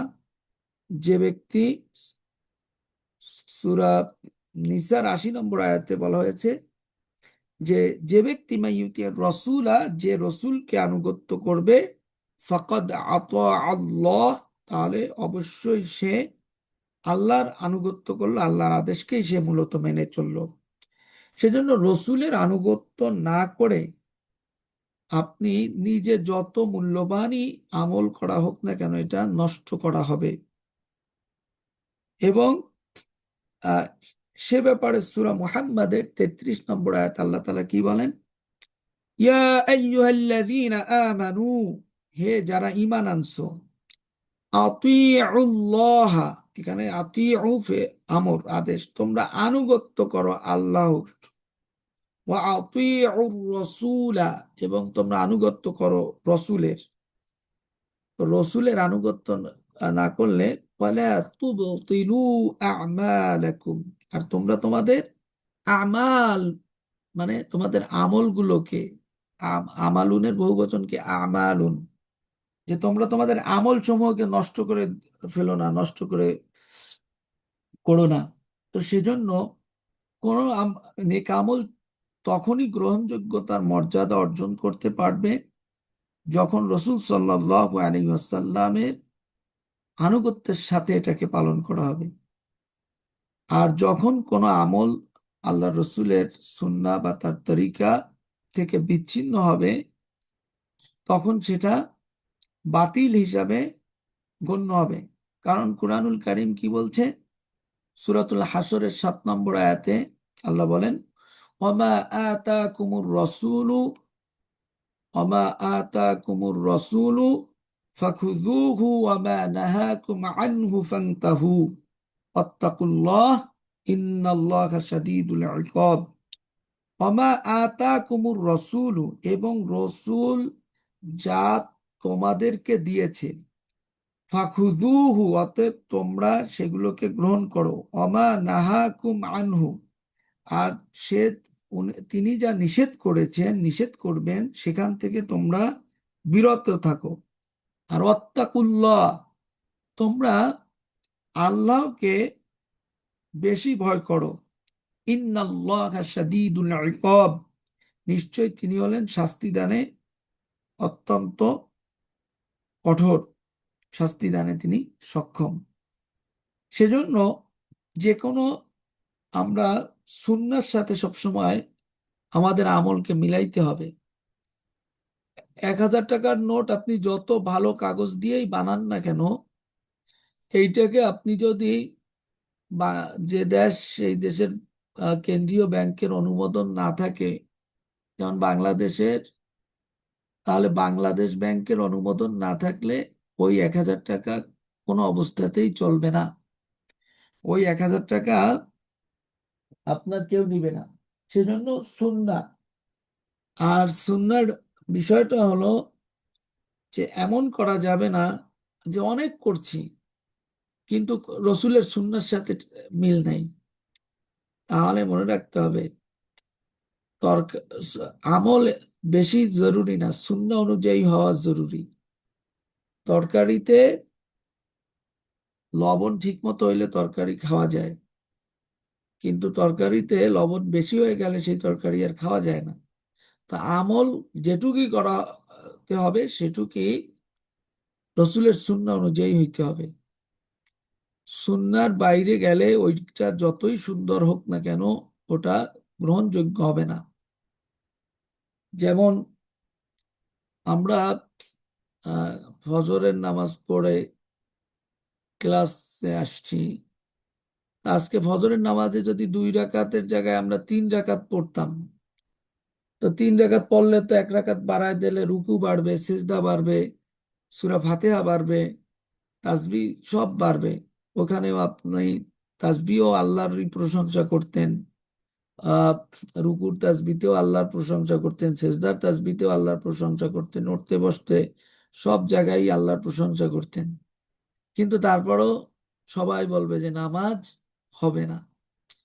কারণ হলো এটা ফজরের নামাজের রসুলের সুন্নাহ 2 রাকাত। আল্লাহ এটা রসুলের মাধ্যমে বলে গিয়েছেন। হ্যাঁ, এইটার আপনি বাড়াইলে আপনার মত যে আমি খারাপ করছি কি, আল্লাহর জন্যই তো পড়ছি, তা চলবে না কেন? চলবে না, কারণ সুন্নাহর সাথে মিল হয় নাই। তো সেজন্য আমাদেরকে মনে রাখতে হবে আনুগত্যের ক্ষেত্রে অবশ্যই সুন্নাহর দিকে খেয়াল রাখতে হবে। এবং শুধু আল্লাহ সুবহানাহু ওয়া তাআলাই কোরআনে এর উপরে গুরুত্ব দেননি, স্বয়ং রসুল সাল্লাল্লাহু আলাইহি ওয়াসাল্লাম তিনি বলেছেন, মান আতাআনি ফাকাদ আতা আল্লাহ ওয়া মান আসানি ফাকাদ আসাল্লাহ। যে আমার অনুসরণ করলো সে আল্লাহর আনুগত্য করলো, আর যে আমার অবাধ্য হলো সে আল্লাহরই অবাধ্যতা করলো। এটা বুখারী মুসলিমের হাদিসে আছে। এরপরে রাসূল সাল্লাল্লাহু আলাইহি ওয়াসাল্লাম বলেছেন, মান রাগিবা আন সুন্নতি ফালাইসা মিন্নি। যে আমার আদর্শ এবং সুন্নাত থেকে বিমুখ হয়, ফালাইসা মিন্নি, সে আমার থেকে না, সে আমার উম্মতের মধ্যে নাই। তাহলে রসুলের আদর্শ, তার সুন্নাহ থেকে যদি কেউ মুখ ফিরিয়ে নেয়, সে আমার অন্তর্ভুক্ত নয়, মানে কি, সে রসুলের উম্মার অন্তর্ভুক্ত নয়। তো আমাদেরকে এখন আমরা এই বিষয়ের উপরে কয়েকটা প্রশ্নের উত্তর আপনারা বলেন যে রসুল সাল্লাল্লাহু আলাইহি ওয়াসাল্লামের ব্যক্তি সত্তা, কথা, কাজ, সিরাত, নির্দেশ, কর্মকাণ্ড এই সব কিসের অংশ? হ্যাঁ, রসুলের ব্যক্তি সত্তা, কথা, কাজ, সিরাত এগুলো ওহির অংশ, ওহী এবং ইমানের অংশ নাকি? ইমানের অংশ। আর সূরাত নাজমের 3 এবং 4 নম্বর আয়াতে এ প্রসঙ্গে কি বলা হয়েছে? যে তিনি তার নিজের থেকে কোনো কথা কিছু বলেন না, বলেন নাই, আল্লাহর কাছ থেকে আদেশ আছে। সব তা যাই তিনি বলেছেন। রসুলের উপরে কি শুধু দিন অবতীর্ণ করা হয়েছে, না তাকে দিনের ব্যাখ্যাকারী হিসাবে ঘোষণা দেওয়া হয়েছে? দিনের ব্যাখ্যাকারী দিনের ব্যাখ্যাকারী হিসেবে। এবং এ প্রসঙ্গে সূরা নাহলের 44 নম্বর আয়াতে কি বলা আছে? এ প্রসঙ্গে সূরা নাহলের কি বলা হয়েছে?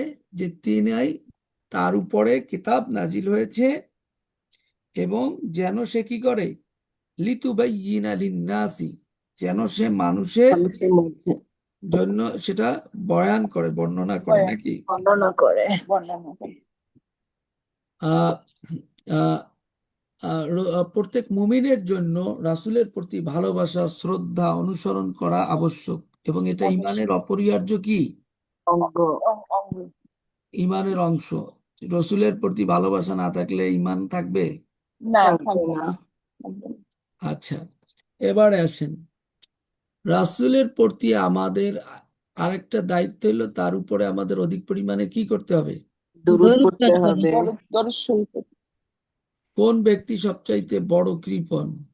যে দুরূদ যার সঙ্গে রাসূলের দুরূদ মানুষ পড়ে পড়লো না। কিন্তু তার প্রতি দুরূদ পাঠ করলো না। যে ব্যক্তি দুরূদ পাঠ করে না, যে ব্যক্তি একবার দুরূদ পাঠ করে তার উপরে 10 বার কি বর্ষণ হয়? রহমত বর্ষণ বর্ষিত হয়। রহমত হয়, রহমত আর দশটা একবার ক্ষমা দুরূদ হয়, পাঠ করলে 10টা কি হয়? ক্ষমা ক্ষমা ক্ষমা হয়। হয়ে যায়। আর 10টি কি বৃদ্ধি পায়? 10টি মর্যাদা মর্যাদা বৃদ্ধি বৃদ্ধি পায়। মর্যাদা বৃদ্ধি পায়। আহ, হাদিস থেকে দুরূদের ব্যাপারে কি জানা যায়? যে রসুল সাল্লাল্লাহু আলাইহি ওয়াসাল্লামের উপর দুরূদ পড়লে ফেরেশতারা ওনার কাছে পৌঁছে দেন, এটা কি? আচ্ছা, তারপরে দুরূদ পাঠ করলে কিয়ামতের দিনে কি লাভ করবে? রসুল সাল্লাল্লাহু আলাইহি ওয়াসাল্লামের শেফাআত পাবে, শাফাআত পাওয়া যাবে। উনি আমাদের আমাদের আমাদের জন্য সুপারিশ করবেন। শাফাআত পাওয়া যাবে। নেক আমল কখন গ্রহণযোগ্য এবং তার মর্যাদা অর্জন করতে পারবে? রসুল সাল্লাল্লাহু আলাইহি ওয়াসাল্লামের দেখানো পদ্ধতিতে। রসুল সাল্লাল্লাহু আলাইহি ইসলামের সুন্নাহ অনুযায়ী যখন হবে, নাকি? জি জি জি, সুন্নাহ মোতাবেক। সূরা হাশরের 7 নম্বর আয়াতে এ প্রসঙ্গে কি বলা আছে? উস্তাদ, এটা তো খেয়াল করি নাই, হ্যাঁ, এটা খেয়াল করে শুনি নাই উস্তাদ। কি বলেছে? মা আতা কুমুর রসুলু অমা আতা কুমুর রসুলু ফাকুজুহু অমা নাহাকুম আনহু ফান্তাহু। এবং রসুল তোমাদেরকে যা দেবে সেটাকে তোমরা গ্রহণ করবা, আর অমা নাহাকুম আনহু ফান্তাহু, এবং রসুল যা করতে তোমাদেরকে নিষেধ করবেন এটা ছেড়ে ছেড়ে দিবা। সেটা থেকে তোমরা বিরত থাকবা। আচ্ছা, আর বুখারী মুসলিমের হাদিসে এই প্রসঙ্গে কি বলা আছে? যে রসুলের অনুসরণ করলো সে কার অনুসরণ করলো, কার আনুগত্য করলো? আল্লাহর আনুগত্য। আল্লাহর অনুগত করবে। আর যে রসুলের অবাধ্য হইলো, আল্লাহর আল্লাহর অবাধ্য হলো। মান আতাআনি ফাকাদ আতা আল্লাহ ওয়া মান আসানি ফাকাদ আসাল্লাহ। ঠিক আছে? জি। আচ্ছা, আর যে রসুলের অবাধ্য হইলো সে কার অবাধ্য হইলো? আল্লাহর অবাধ্য আল্লাহ হলো। সুবহানাহু ওয়া তাআলার অবাধ্য হলো।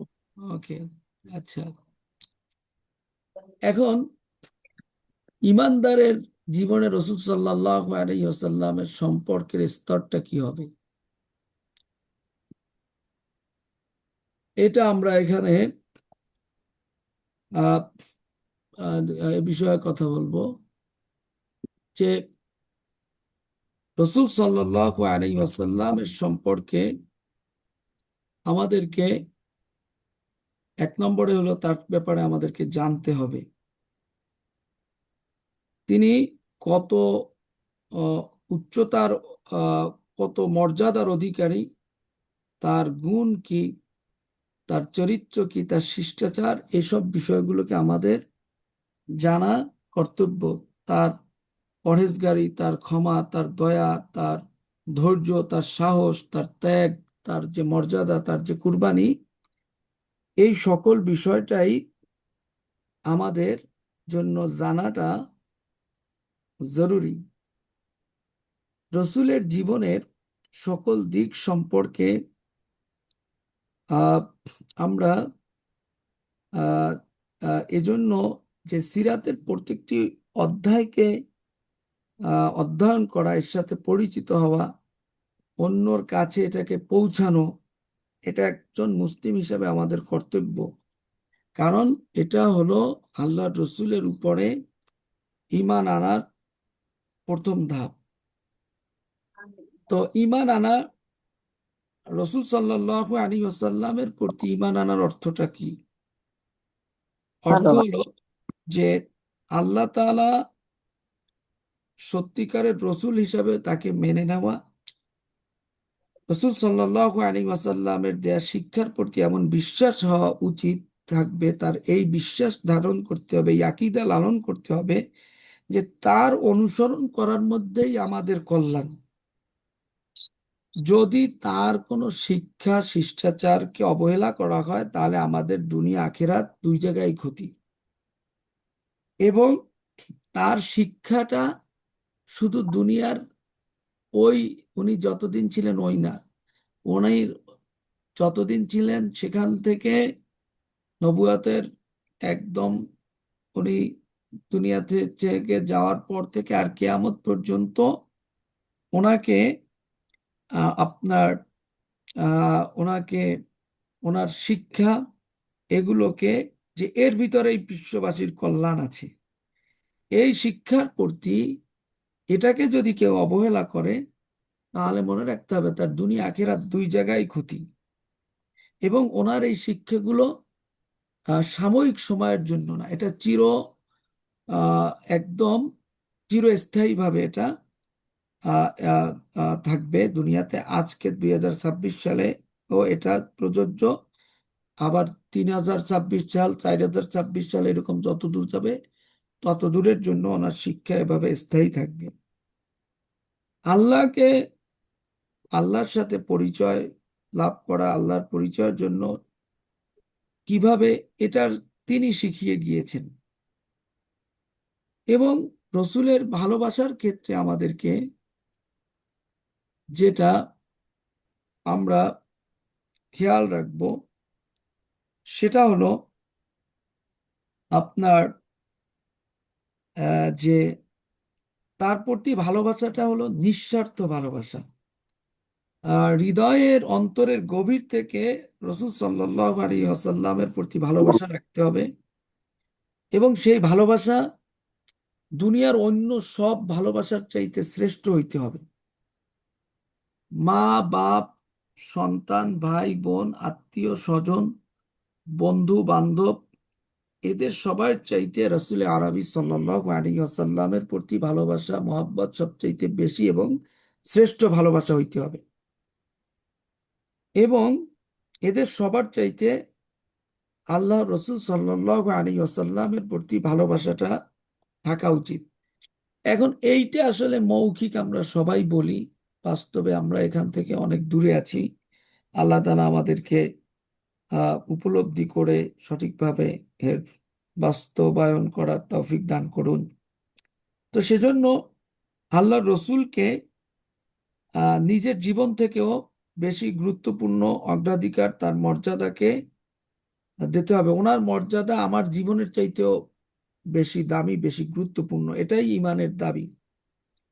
বুখারীর হাদিসে আল্লাহ রসুল সাল্লাল্লাহু আলাইহি ওয়াসাল্লাম বলেছেন, লা ইউমিনু আহাদুকুম, তোমাদের কেউ মুমিন হইতে পারবে না, লা ইউমিনু আহাদুকুম হাত্তা আকুনা, যতক্ষণ পর্যন্ত না আকুনা আহাব্বা ইলাইহি মিন ওয়ালাদিহি ওয়া ওয়ালাদিহি ওয়ান নাসি আজমাইন, তোমাদের কেউ ততক্ষণ পর্যন্ত মুমিন হইতে পারবে না যতক্ষণ পর্যন্ত আমি তার পিতা মাতা, মিউ ওয়ালিদিহি ওয়ালাদিহি, পিতা মাতা এবং তার সন্তান, অন্নাস এমনকি দুনিয়ার সকল মানুষ থেকে, আজমাইন, দুনিয়ার সকল মানুষ থেকে, অন্নাস আজমাইন, দুনিয়ার সকল মানুষ থেকে আমি যদি তাদের কাছে সবচাইতে ভালোবাসার পাত্র না হই, সবচাইতে বেশি আমরা তাকে ভালো না বাসি। তো এবং সে আমরা সূরা আহজাবে 71 নম্বর আয়াতে বলা আছে, যে ব্যক্তি আল্লাহ তার রসুলের আনুগত্য করে সে এক মহা সাফল্যের অধিকারী হবে। এবং রসুল সাল্লাল্লাহু আলাইহি ওয়াসাল্লামকে ভালোবাসলে আপনার আর কি হবে, সেটা সূরা নিসার 69 নম্বর আয়াতে আল্লাহ সুবহানাহু ওয়া তাআলা বলছেন, ওয়ামাই ইউতিইল্লাহ, যে আল্লাহ তার রসুলকে আনুগত্য করবে, আর রসুলা ফাউলাইকা, তাহলে উহারাই মাআল্লাযীনা আনআমাল্লাহু, উহারাই ওইসব লোক যারা আল্লাহ অনুগ্রহ করেছেন, আলাইহিম আনআমাল্লাহু আলাইহিম, উহারাই তারা যাদের উপর আল্লাহ অনুগ্রহ করেছেন, মিনান নাবিয়িনা, নবীদের থেকে, অস-সিদ্দীকিনা, সিদ্দিকদের থেকে, অস-শুহাদাই, শুহাদাদের থেকে, অস-সালিহিন, এবং সৎকর্মশীলদের সাথে, ওয়াহাসুনা উলাইকা রফিকা, আর তারা কতই না উত্তম সঙ্গী। তাহলে যে আল্লাহ তার রসুলের আনুগত্য করবে, তাহলে এই সব ব্যক্তিদের সফলতাটা কি হবে, তারা নবীদের সাথে, সত্যনিষ্ঠদের সাথে, সিদ্দিকিনদের সাথে, শুহাদাদের সাথে, সৎকর্মশীলদের সাথে তারা আহ তারা তাদের সঙ্গী হবে, এবং এটা হবে উত্তম। তারা আহ হবে কতই না উত্তম সঙ্গী।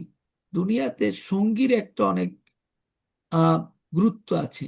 দেখবেন আপনার সাথে কিছু উত্তম সঙ্গী বা উত্তম বা পয়সাওয়ালা লোকের সাথে আপনার সঙ্গী আছে বা তাদের সাথে আপনার পরিচয় আছে, তাহলে দেখবেন কোনো একটা আহ অবস্থায় বা আপনি সেই জায়গা থেকে এই সঙ্গীর মাধ্যমে আপনি অনেক উপকার পাইবেন।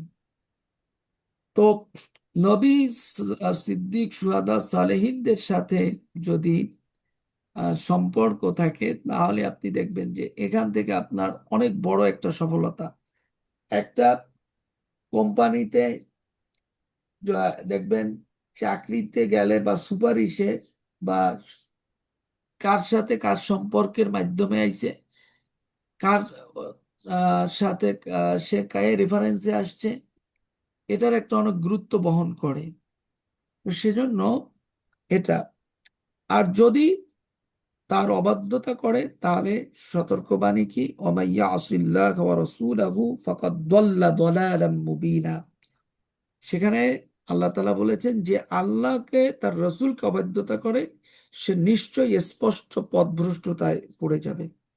যে আল্লাহকে, আল্লাহ তার নিজের কথা বলেছেন মাইয়া আসিল্লাহ, তারপরে বলছে অরসুলাহু, এবং তার রসুলকে যদি অবাধ্যতা করে, তাহলে ফাকাদ, তাহলে অবশ্যই দলালাম মুবিনা, তাহলে সে স্পষ্ট পথভ্রষ্টতায় পড়ে যাবে।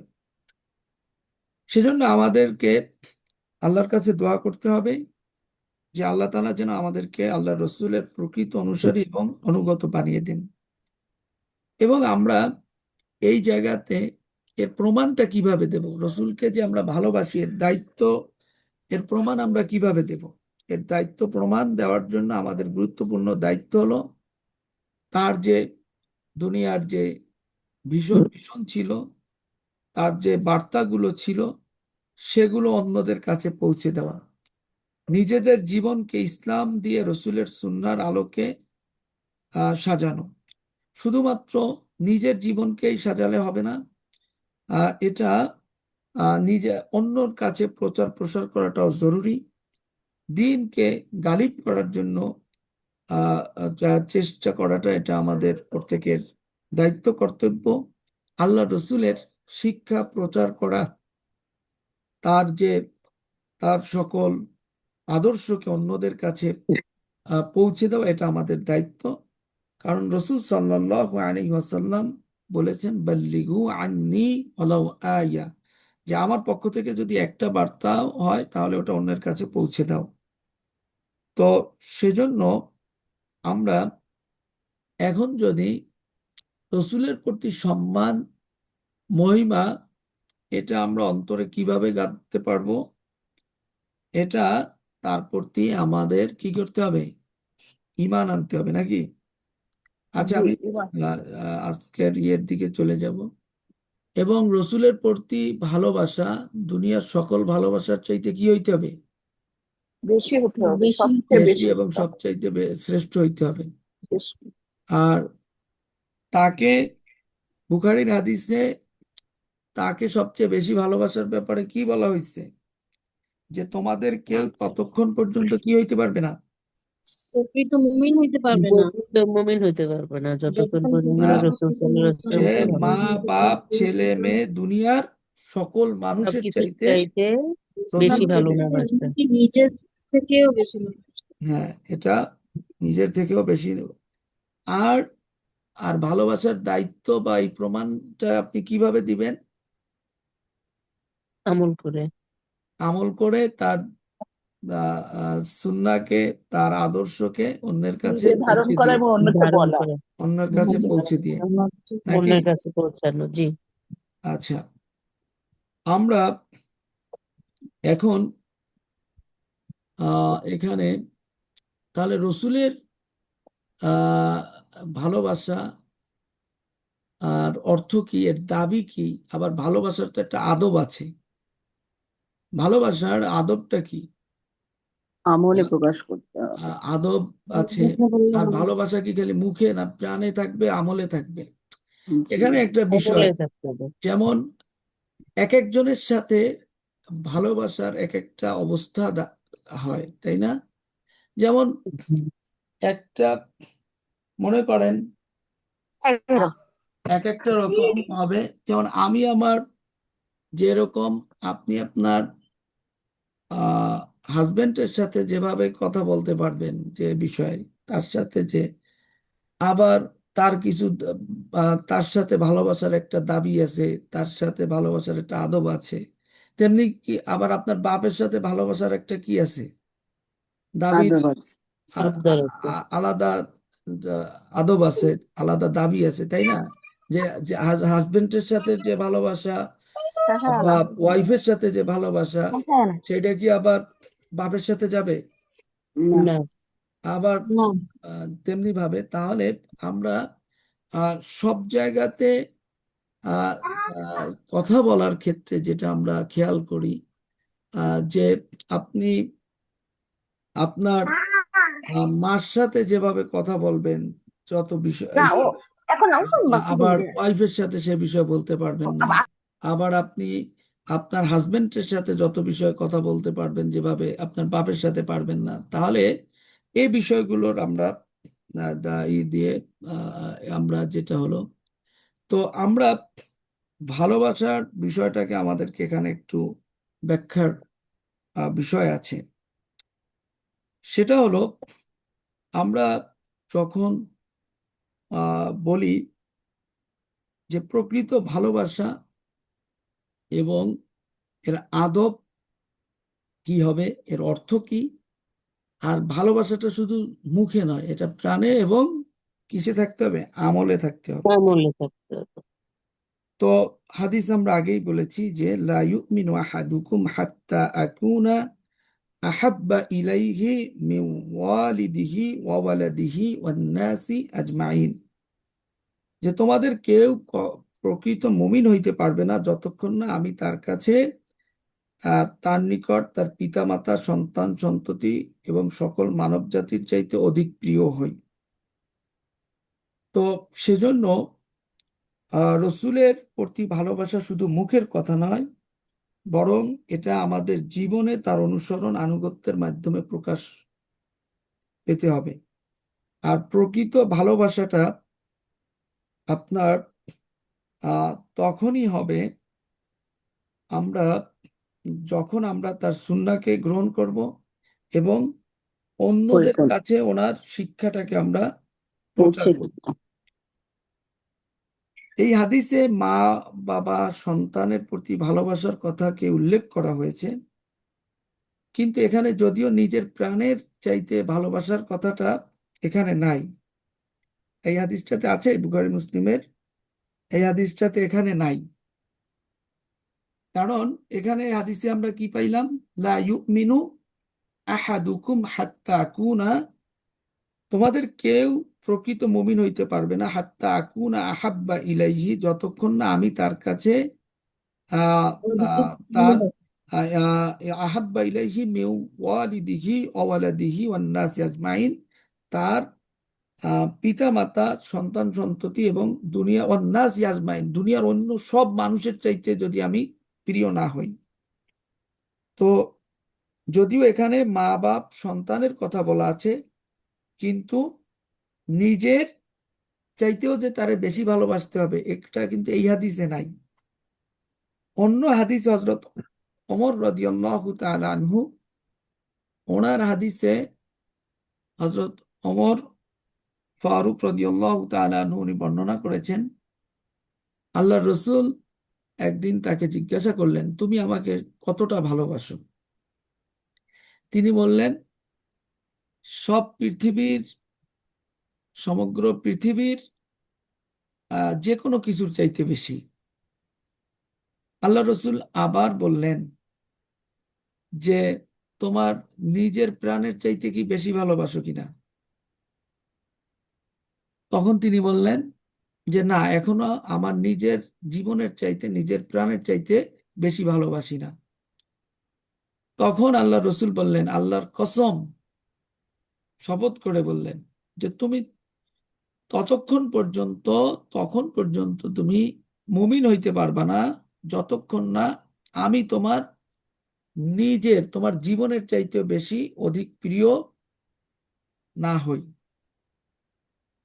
তখন হযরত ওমর ফারুক রাদিয়াল্লাহু তাআলা আনহু উনি বললেন যে আমি এখন আপনাকে আমার জীবনের চাইতেও বেশি ভালোবাসি।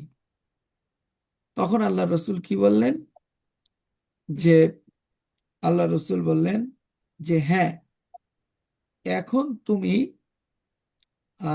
সত্যিকারের মুমিন হয়েছ। বুখারী মুসলিমে এই ঘটনার হাদিস আছে। এবং আল্লাহ তাআলাও সূরা তাওবার 24 নম্বর আয়াতে এই ভালোবাসাটাকে আবশ্যক করে দিয়েছেন, কর্তব্য করে দিয়েছেন। আল্লাহ তাআলা বলেছেন, কুল, হে রাসূল আপনি বলে দিন, ইন কানা আবাউকুম ওয়া আবনাউকুম ওয়া ইখওয়ানুকুম ওয়া আজওয়াজুকুম ওয়া আশীরাতুকুম, যে যদি তোমাদের পিতা, তোমাদের ওয়া আবনাউকুম তোমাদের সন্তান, ওয়া ইখওয়ানুকুম তোমাদের ভাই, ওয়া আজওয়াজুকুম তোমাদের স্ত্রী, ওয়া আশীরাতুকুম তোমাদের আত্মীয় স্বজন, ওয়া আমওয়ালুন ইকতারাফতুমুহা এবং তোমাদের যে বসত বাড়ি, অতিজারতুম তোমাদের ব্যবসা বাণিজ্য, এইগুলো যার তোমরা তাখশাউনা কাসাদাহা যার তোমরা ক্ষতি হওয়ার আশঙ্কা করো, তাখশাউনা কাসাদাহা ওয়া মাসাকিনু তারদাউনাহা যার ক্ষতি হওয়ার ভয় তোমরা করো, এবং এর চাইতে যদি অতিজারতুম তাখশাউনা কাসাদাহা ওয়া মাসাকিনু তারদাউনাহা আহাব্বা ইলাইকুম মিনাল্লাহি ওয়া রাসূলিহি, যদি এইগুলোর ক্ষতি হওয়ার ভয় আর এইগুলোর এই প্রিয় তোমাদের ব্যবসা বাণিজ্য বসত বাড়ি, এইগুলোর ক্ষতি হওয়ার ভয়, এইগুলো যদি তোমাদের কাছে আল্লাহ তার রসুল মিনাল্লাহি ওয়া রাসূলিহি আল্লাহ তার রসুল ওয়া জিহাদিন ফি সাবিলিহি এবং আল্লাহর পথে জিহাদ করার চাইতে বেশি প্রিয় হয়, ফাতারাব্বাসু তাহলে তোমরা অপেক্ষা করো, তারাব্বাসু হাত্তা যতক্ষণ না, হাত্তা ইয়াতিয়াল্লাহু বিআমরিহি তোমরা অপেক্ষা করো আল্লাহর আদেশটা আসা পর্যন্ত, হাত্তা ইয়াতিয়াল্লাহু বিআমরিহি। আর আল্লাহু লা ইয়াহদিল কওমাল ফাসিকিন, আর আল্লাহ কোনো অবাধ্য সম্প্রদায়, ফাসিক সম্প্রদায়কে সঠিক রাস্তা দেখান না। তা আল্লাহ তাআলা বলে দিলেন যে হে রসুল আপনি বলে দিন, যদি তোমাদের পিতা, তোমাদের ছেলে মেয়ে সন্তান, তোমাদের ভাই, তোমাদের আত্মীয় স্বজন, তোমাদের অর্জিত সম্পদ, তোমাদের ব্যবসা বাণিজ্য, এইগুলোর ক্ষতি হওয়ার ভয় করো তোমরা, তোমাদের বসত বাড়ি, এইসব যদি তোমাদের কাছে বেশি প্রিয় হয়, আল্লাহর চাইতে বেশি প্রিয় হয়, তার রসুলের চাইতে বেশি প্রিয় হয়, অথবা আল্লাহর পথে জিহাদ করার চাইতে বেশি প্রিয় হয়, তাহলে তোমরা অপেক্ষা করো যতক্ষণ না আল্লাহর ফয়সালাটা আসে, হাত্তা ইয়াতিয়াল্লাহু বিআমরি আল্লাহর আদেশটা আসা পর্যন্ত তোমরা অপেক্ষা করো। আর এতে কি হবে, যদি এই জিনিসগুলো আমরা আহ, আহ, এই বিষয়গুলো আমাদের কাছে প্রিয় না হয়, তাহলে আমরা ফাসেক হব। আর ফাসেকদেরকে আল্লাহ তাআলা সঠিক পথ দেখায় না, আল্লাহু লা ইয়াহদিল কওমাল ফাসিকিন। তো সেজন্য আমরা আহ, যেটা ভালোবাসার ক্ষেত্রে আমরা মোহাব্বত, আহাব্বিয়াত অর্থাৎ সকলের চাইতে বেশি ভালোবাসা রাখাটা আবশ্যক। আর প্রকৃত ভালোবাসা হবে রাসূল সাল্লাল্লাহু আলাইহি ওয়াসাল্লামের দ্বীনকে জীবনের প্রতিটি ক্ষেত্রে গ্রহণ করা, আর তার জন্য প্রয়োজনে নিজের জীবনকে উৎসর্গ করতে প্রস্তুত থাকা, নিজের সন্তান, নিজের মমতাময়ী মা, বাবা, যে কোনো প্রিয় ব্যক্তির চাইতে আল্লাহ রসুলকে আমাদেরকে বেশি ভালোবাসতে হবে। যদি কোনো কারণে নিজের কোনো কিছুকে, আমাদেরকে পছন্দের কিছুকে পরিত্যাগ করতে হয়ও, তাহলে কোনো দ্বিধা থাকা যাবে না। রসুল সাল্লাল্লাহু আলাইহি ওয়াসাল্লামের প্রকৃত ভালোবাসার প্রমাণ দেওয়ার জন্য ওনার সাহাবীরা যেভাবে করেছিলেন সেভাবেই আমাদেরকে দিতে হবে।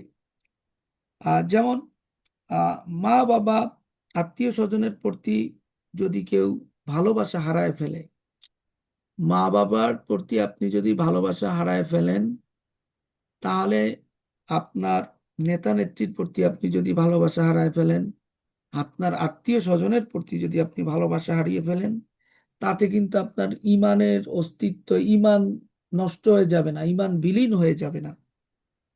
কারণ ইমান এবং নবুয়াতের প্রতি, রিসালাতের প্রতি বিশ্বাসের জন্য দুনিয়ার কোনো কিছুর প্রতি ভালোবাসা আহ কোনো এটা কোনো শর্ত না।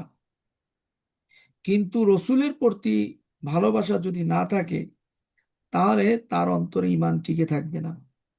সেজন্য রসুলের ভালোবাসার সাথে আপনার আপনার এটা আপনার ইমানের সম্পর্ক অত্যন্ত গভীরভাবে রয়েছে।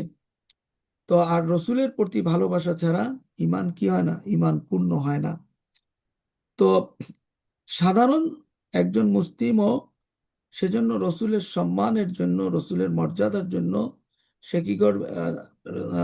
সে তার প্রিয়জনকে ছেড়ে দিতে তাকে প্রস্তুত থাকতে হবে। আহ প্রয়োজন কোনো অনেক মুসলিম সে যদি দিনকে ত্যাগ করে, সে যদি নাস্তিক হয়ে যায়, তখন সন্তান, পরিবার থেকে সম্পর্ক ছিন্ন করলেও সে কি করবে? সে প্রয়োজনের সাথে তার সর্বোচ্চ ত্যাগ করার জন্য প্রস্তুত থাকবে। সেজন্য আমরা ভালোবাসার প্রকার রয়েছে। ভালোবাসা কয় প্রকার? ভালোবাসা একটা হলো স্বভাবগত ভালোবাসা, আর একটা হলো আপনার আহ আপনার ইচ্ছাকৃত ভালোবাসা। তো আহ স্বভাবগত ভালোবাসা যেটা হচ্ছে অন্তরের টান, ইমানের বন্ধন থাকে, সেটা হলো স্বভাবগত ভালোবাসা। এটা সন্তান তার মা বাবার প্রতি ভালোবাসা, স্বামী স্ত্রীর প্রতি পারস্পরিক ভালোবাসা। যেমন আরো একটা শিশু কাঁদছে, আর শিশুর কান্নাতে মা ঘুমায় রয়েছে, ওই কান্নাতে সে ঘুমের মধ্যেও লাফ দিয়ে ওঠে, তার কোনো চিন্তা নাই, সে কোনো কিছু আহ, হিসাব করে না, সে তার সন্তানকে কোলে নিয়ে নেয়। এটা হচ্ছে তার স্বভাবগত ভালোবাসা। এই ভালোবাসাটা, এটা শুধুমাত্র আমরা আহ, মানুষের মধ্যেই দেখি না, অন্য অন্য সাধারণ প্রাণী, কুকুর, বিড়াল, এগুলোর মধ্যেও আমরা দেখতে পাই। সে তার সন্তান দেওয়ার মধ্যে এটা তার স্বভাব, প্রকৃতগত। একটা গরু তার বাছুরের প্রতি কিভাবে ভালোবাসা রাখে, এটা স্বভাবগত। এই ভালোবাসা আহ, আপনার শিখতে হয় না। আবার এই ভালোবাসাটাকে আপনি, স্বভাবগত ভালোবাসাকে আপনি মন চাইলেও ছাড়া যায় না। এটা আহ, তো আহ, আহ, আর তাহলে এটা হলো স্বভাবগত ভালোবাসা। আর ইমানি ভালোবাসা বা যেটা হলো ইচ্ছাকৃত ভালোবাসা, এটা কি?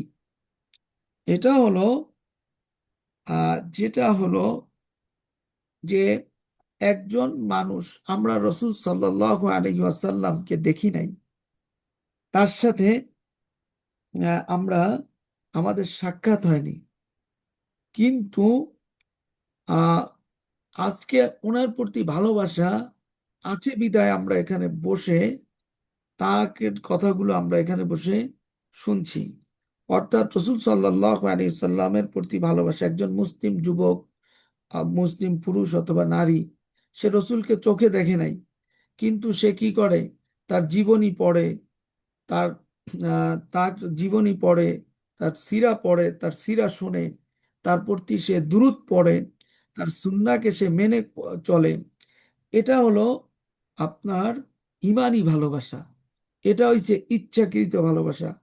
কারণ সে সিরা পড়ে জেনেছে, সিরা শুনে জেনেছে যে রসুল সাল্লাল্লাহু আলাইহি সাল্লাম তার জন্য কেঁদেছেন, তিনি উম্মতি উম্মতি বলে ডেকেছেন, শেষ নিঃশ্বাসেও উম্মার জন্য তিনি স্মরণ করেছেন। শেষ নিঃশ্বাসের সময় তিনি উম্মাকে উদ্দেশ্য করে তিনি সম্বোধন করেছেন যে উম্মা যেন নামাজের প্রতি দায়িত্বশীল থাকে। তো এই যে উম্মাকে তিনি সর্বদা সে কিভাবে মুক্তি পাবে এর সকল বিষয়গুলো তিনি বলে গিয়েছেন। তো এইটা জানার পরে অন্তরে যে ভালোবাসা জন্ম নিয়েছে, এটাই হয়েছে মূলত ইমানি ভালোবাসা। তো এখন আপনার এই ভালোবাসা তো ওনারে জানতে হবে। কেউ কারো যদি না জানে, আহ ভালোবাসতে গেলে তার আগে জানতে হয়, চিনতে হয়, বিশ্বাস করতে হয়। তো রসুলকে তো আমরা দুনিয়াতে তাকে দেখি, চলি, তারপরে তার সাথে একটা আন্তরিকতা মহব্বত হয়। তো রসুল আমাদের, সেজন্য আমাদেরকে কি করতে হয়, আল্লাহ রসুলের জীবনীকে আমরা যত জানবো, শুনবো, এটাকে অনুসরণ করব, তত আমাদের আহ ইমানি ভালোবাসাটা জন্ম নেবে। এটাই হবে ইমানি ভালোবাসা, যেটা বিশ্বাস করে অর্জন করতে হয় এবং যেটা চেষ্টা জ্ঞান দিয়ে অর্জন করতে হয়। তো সেজন্য আমাদেরকে, আমরা আগামী ক্লাসে এখন এই ভালোবাসার কারণ কি, রসুলের প্রতি আমাদের এই ভালোবাসার কারণটা কোথায়, এবং এখানে আপনি কেন তাকে ভালোবাসবেন, উনি উনি আপনার জন্য কি উপকার করেছেন, এবং ভালোবাসার প্রকৃতিটা আমাদের কি হবে, এবং এর অনুসরণ এটা কিভাবে আসবে, আর ভালোবাসাটা যদি পূর্ণ না হয় তাহলে ইমানটার অবস্থা কি হবে, সেই বিষয়গুলো, এবং আধ্যাত্মিক যে ভালোবাসার যে ভিত্তি, এবং সাহাবারা কিভাবে সেই ভালোবাসার প্রমাণ রেখে গিয়েছেন, এবং আমরা এটাকে কিভাবে অনুকরণ করব, সে বিষয় সহ আমরা হয়তো আগামী ক্লাসে ওনার জীবনের অন্য কথা বলে বাকি অংশ, তারপরে আমরা অন্যদিকে আহ, জীবনের দিকে, আহ, এবং আমরা এখানে গতানুগতিক সিরা ক্লাসের মতন কিনা, আমরা প্রত্যেকটা জায়গাতে আমাদের এখান থেকে শিখার কি আছে, এবং আহ, আহ, যারা সিরার উপরে বিভিন্ন জন বিভিন্ন আঙ্গিকে লিখেছেন, বিভিন্ন বই কিতাব রচনা করেছেন। তো এখান থেকে প্রত্যেকটা রসুলের সকল ঘটনাগুলোর মধ্যেও শিক্ষা আছে। আপনারা যারা কোরআন ক্লাস করেন, আয়াত পড়লে যেরকম আমরা এখন অনেক আয়াতের বুঝতে পারি যে এখানে এই আয়াতের শিক্ষাটাই, সিরার ঘটনাগুলোরও অনেক শিক্ষা আছে, কোরআনের সাথে অনেক কিছুর কানেকশন আছে। কারণ রসুলের জীবনের সাথেই তো কোরআনের কানেকশন। আপনি কোরআনকে রসুলের জীবন ছাড়া এটাকে আপনি পূর্ণাঙ্গভাবে আপনি বুঝতে পারবেন না। তো সেজন্য রসুলের জীবনী যারা আমাদের জন্য অত্যন্ত আবশ্যক। আহ, আমরা এই ক্লাসটাকে শুরু করেছিলাম, পরবর্তীতে হয়তো ইয়ের কারণে আমরা পরে ক্লাসটা আর করতে পারিনি। আমরা বিশেষভাবে কৃতজ্ঞতা জানাই আমাদের আফসার ইসলাম আপার প্রতি।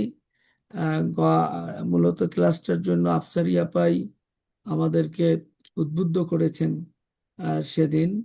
তো আমার এবং এবং আমার খুব প্রস্তুতিও যে অনেক ছিল, কারণ একটা ক্লাসের জন্য আহ, যে পরিমাণ, এবং আমি আজকে ক্লাসে যেটা সংক্ষিপ্ত সময়ের ভিতরে তো বা চেষ্টা করেছি আমি গতকাল, এরপরে আমি এই কাজটা করেছি, বা এগুলো আমি রাত্রি শেষ রাতে প্রায় 3টার দিকে উঠে তারপরে এগুলো আবার আহ, সাজানোর চেষ্টা করেছি। আপনাদের কাছে ক্লাসের বিষয়গুলো কেমন হয়েছে, ইনশাল্লাহ আগামী ক্লাসে আমরা আরো বিস্তারিত বিষয়গুলো বলে আস্তে আস্তে ওনার জীবনের ধারাবাহিক অংশের দিকে আমরা যেতে থাকবো। আল্লাহ তাআলা যেন আমাদেরকে সেই তৌফিক দান করেন। এবং আপনারা কি ক্লাস দ্বারা কোনো উপকার পাইলেন? আলহামদুলিল্লাহ উস্তাদ, আলহামদুলিল্লাহ, আলহামদুলিল্লাহ। ঠিক আছে, আপনারা যারা ধৈর্য নিয়ে আমার মতন অধম মানুষের কথা শুনেছেন, আল্লাহ ওস্তাদ কি বলেন এগুলো আমাদেরকে? আল্লাহ তাআলা আপনাদেরকে উত্তম জাযায়ে খায়ের দান করুক। ক্লাসের রেকর্ডটা আমরা ইয়েতেও আপলোড করে দিব।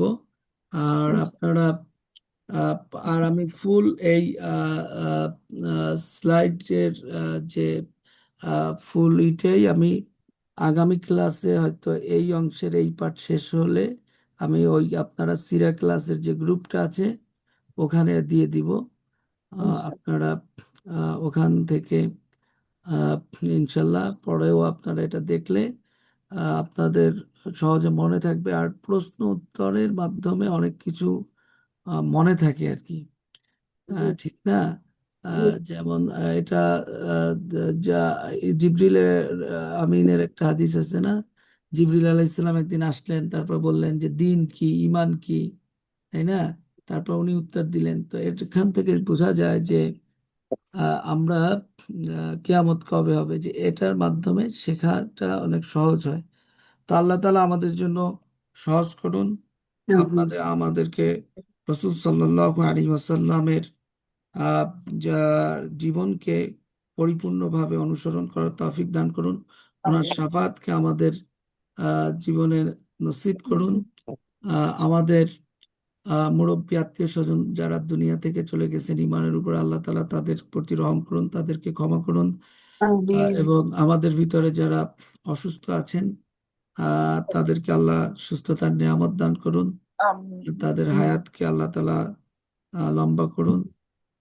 আমরা আর আমার জন্য আপনারা দোয়া করবেন। আল্লাহ তাআলা যেন আমাকে কোরআন হাদিসকে সঠিকভাবে বুঝে পড়ে আমল করে ধারণ করার তৌফিক দান করেন।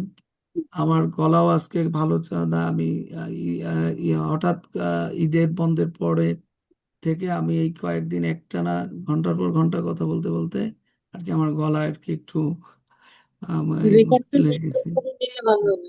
ঠিক আছে, তো ইনশাল্লাহ আপনারা দের কাছে দোয়ার দরখাস্ত রেখে আজকের মতন ক্লাসের এখানেই ইতি টানছি। সুবহানাল্লাহি ওয়া বিহামদিহি, সুবহানাকাল্লাহুম্মা ওয়া বিহামদিক, আশহাদু আল লা ইলাহা ইল্লা আনতা, আস্তাগফিরুকা ওয়া আতুবু ইলাইক। আসসালামু আলাইকুম ওয়া রাহমাতুল্লাহি ওয়া বারাকাতুহু। ওয়ালাইকুম আসসালাম ওয়া রাহমাতুল্লাহি ওয়া বারাকাতুহু। ওয়া বারাকাতুহু। জাযাকাল্লাহ খাইর। জাযাকাল্লাহ খাইর। আল্লাহ সুবহানাহু ওয়া তাআলা বারাকাল্লাহু আপনার ফিক। ইলমে বারাকা দান করুন। আমিন আমিন।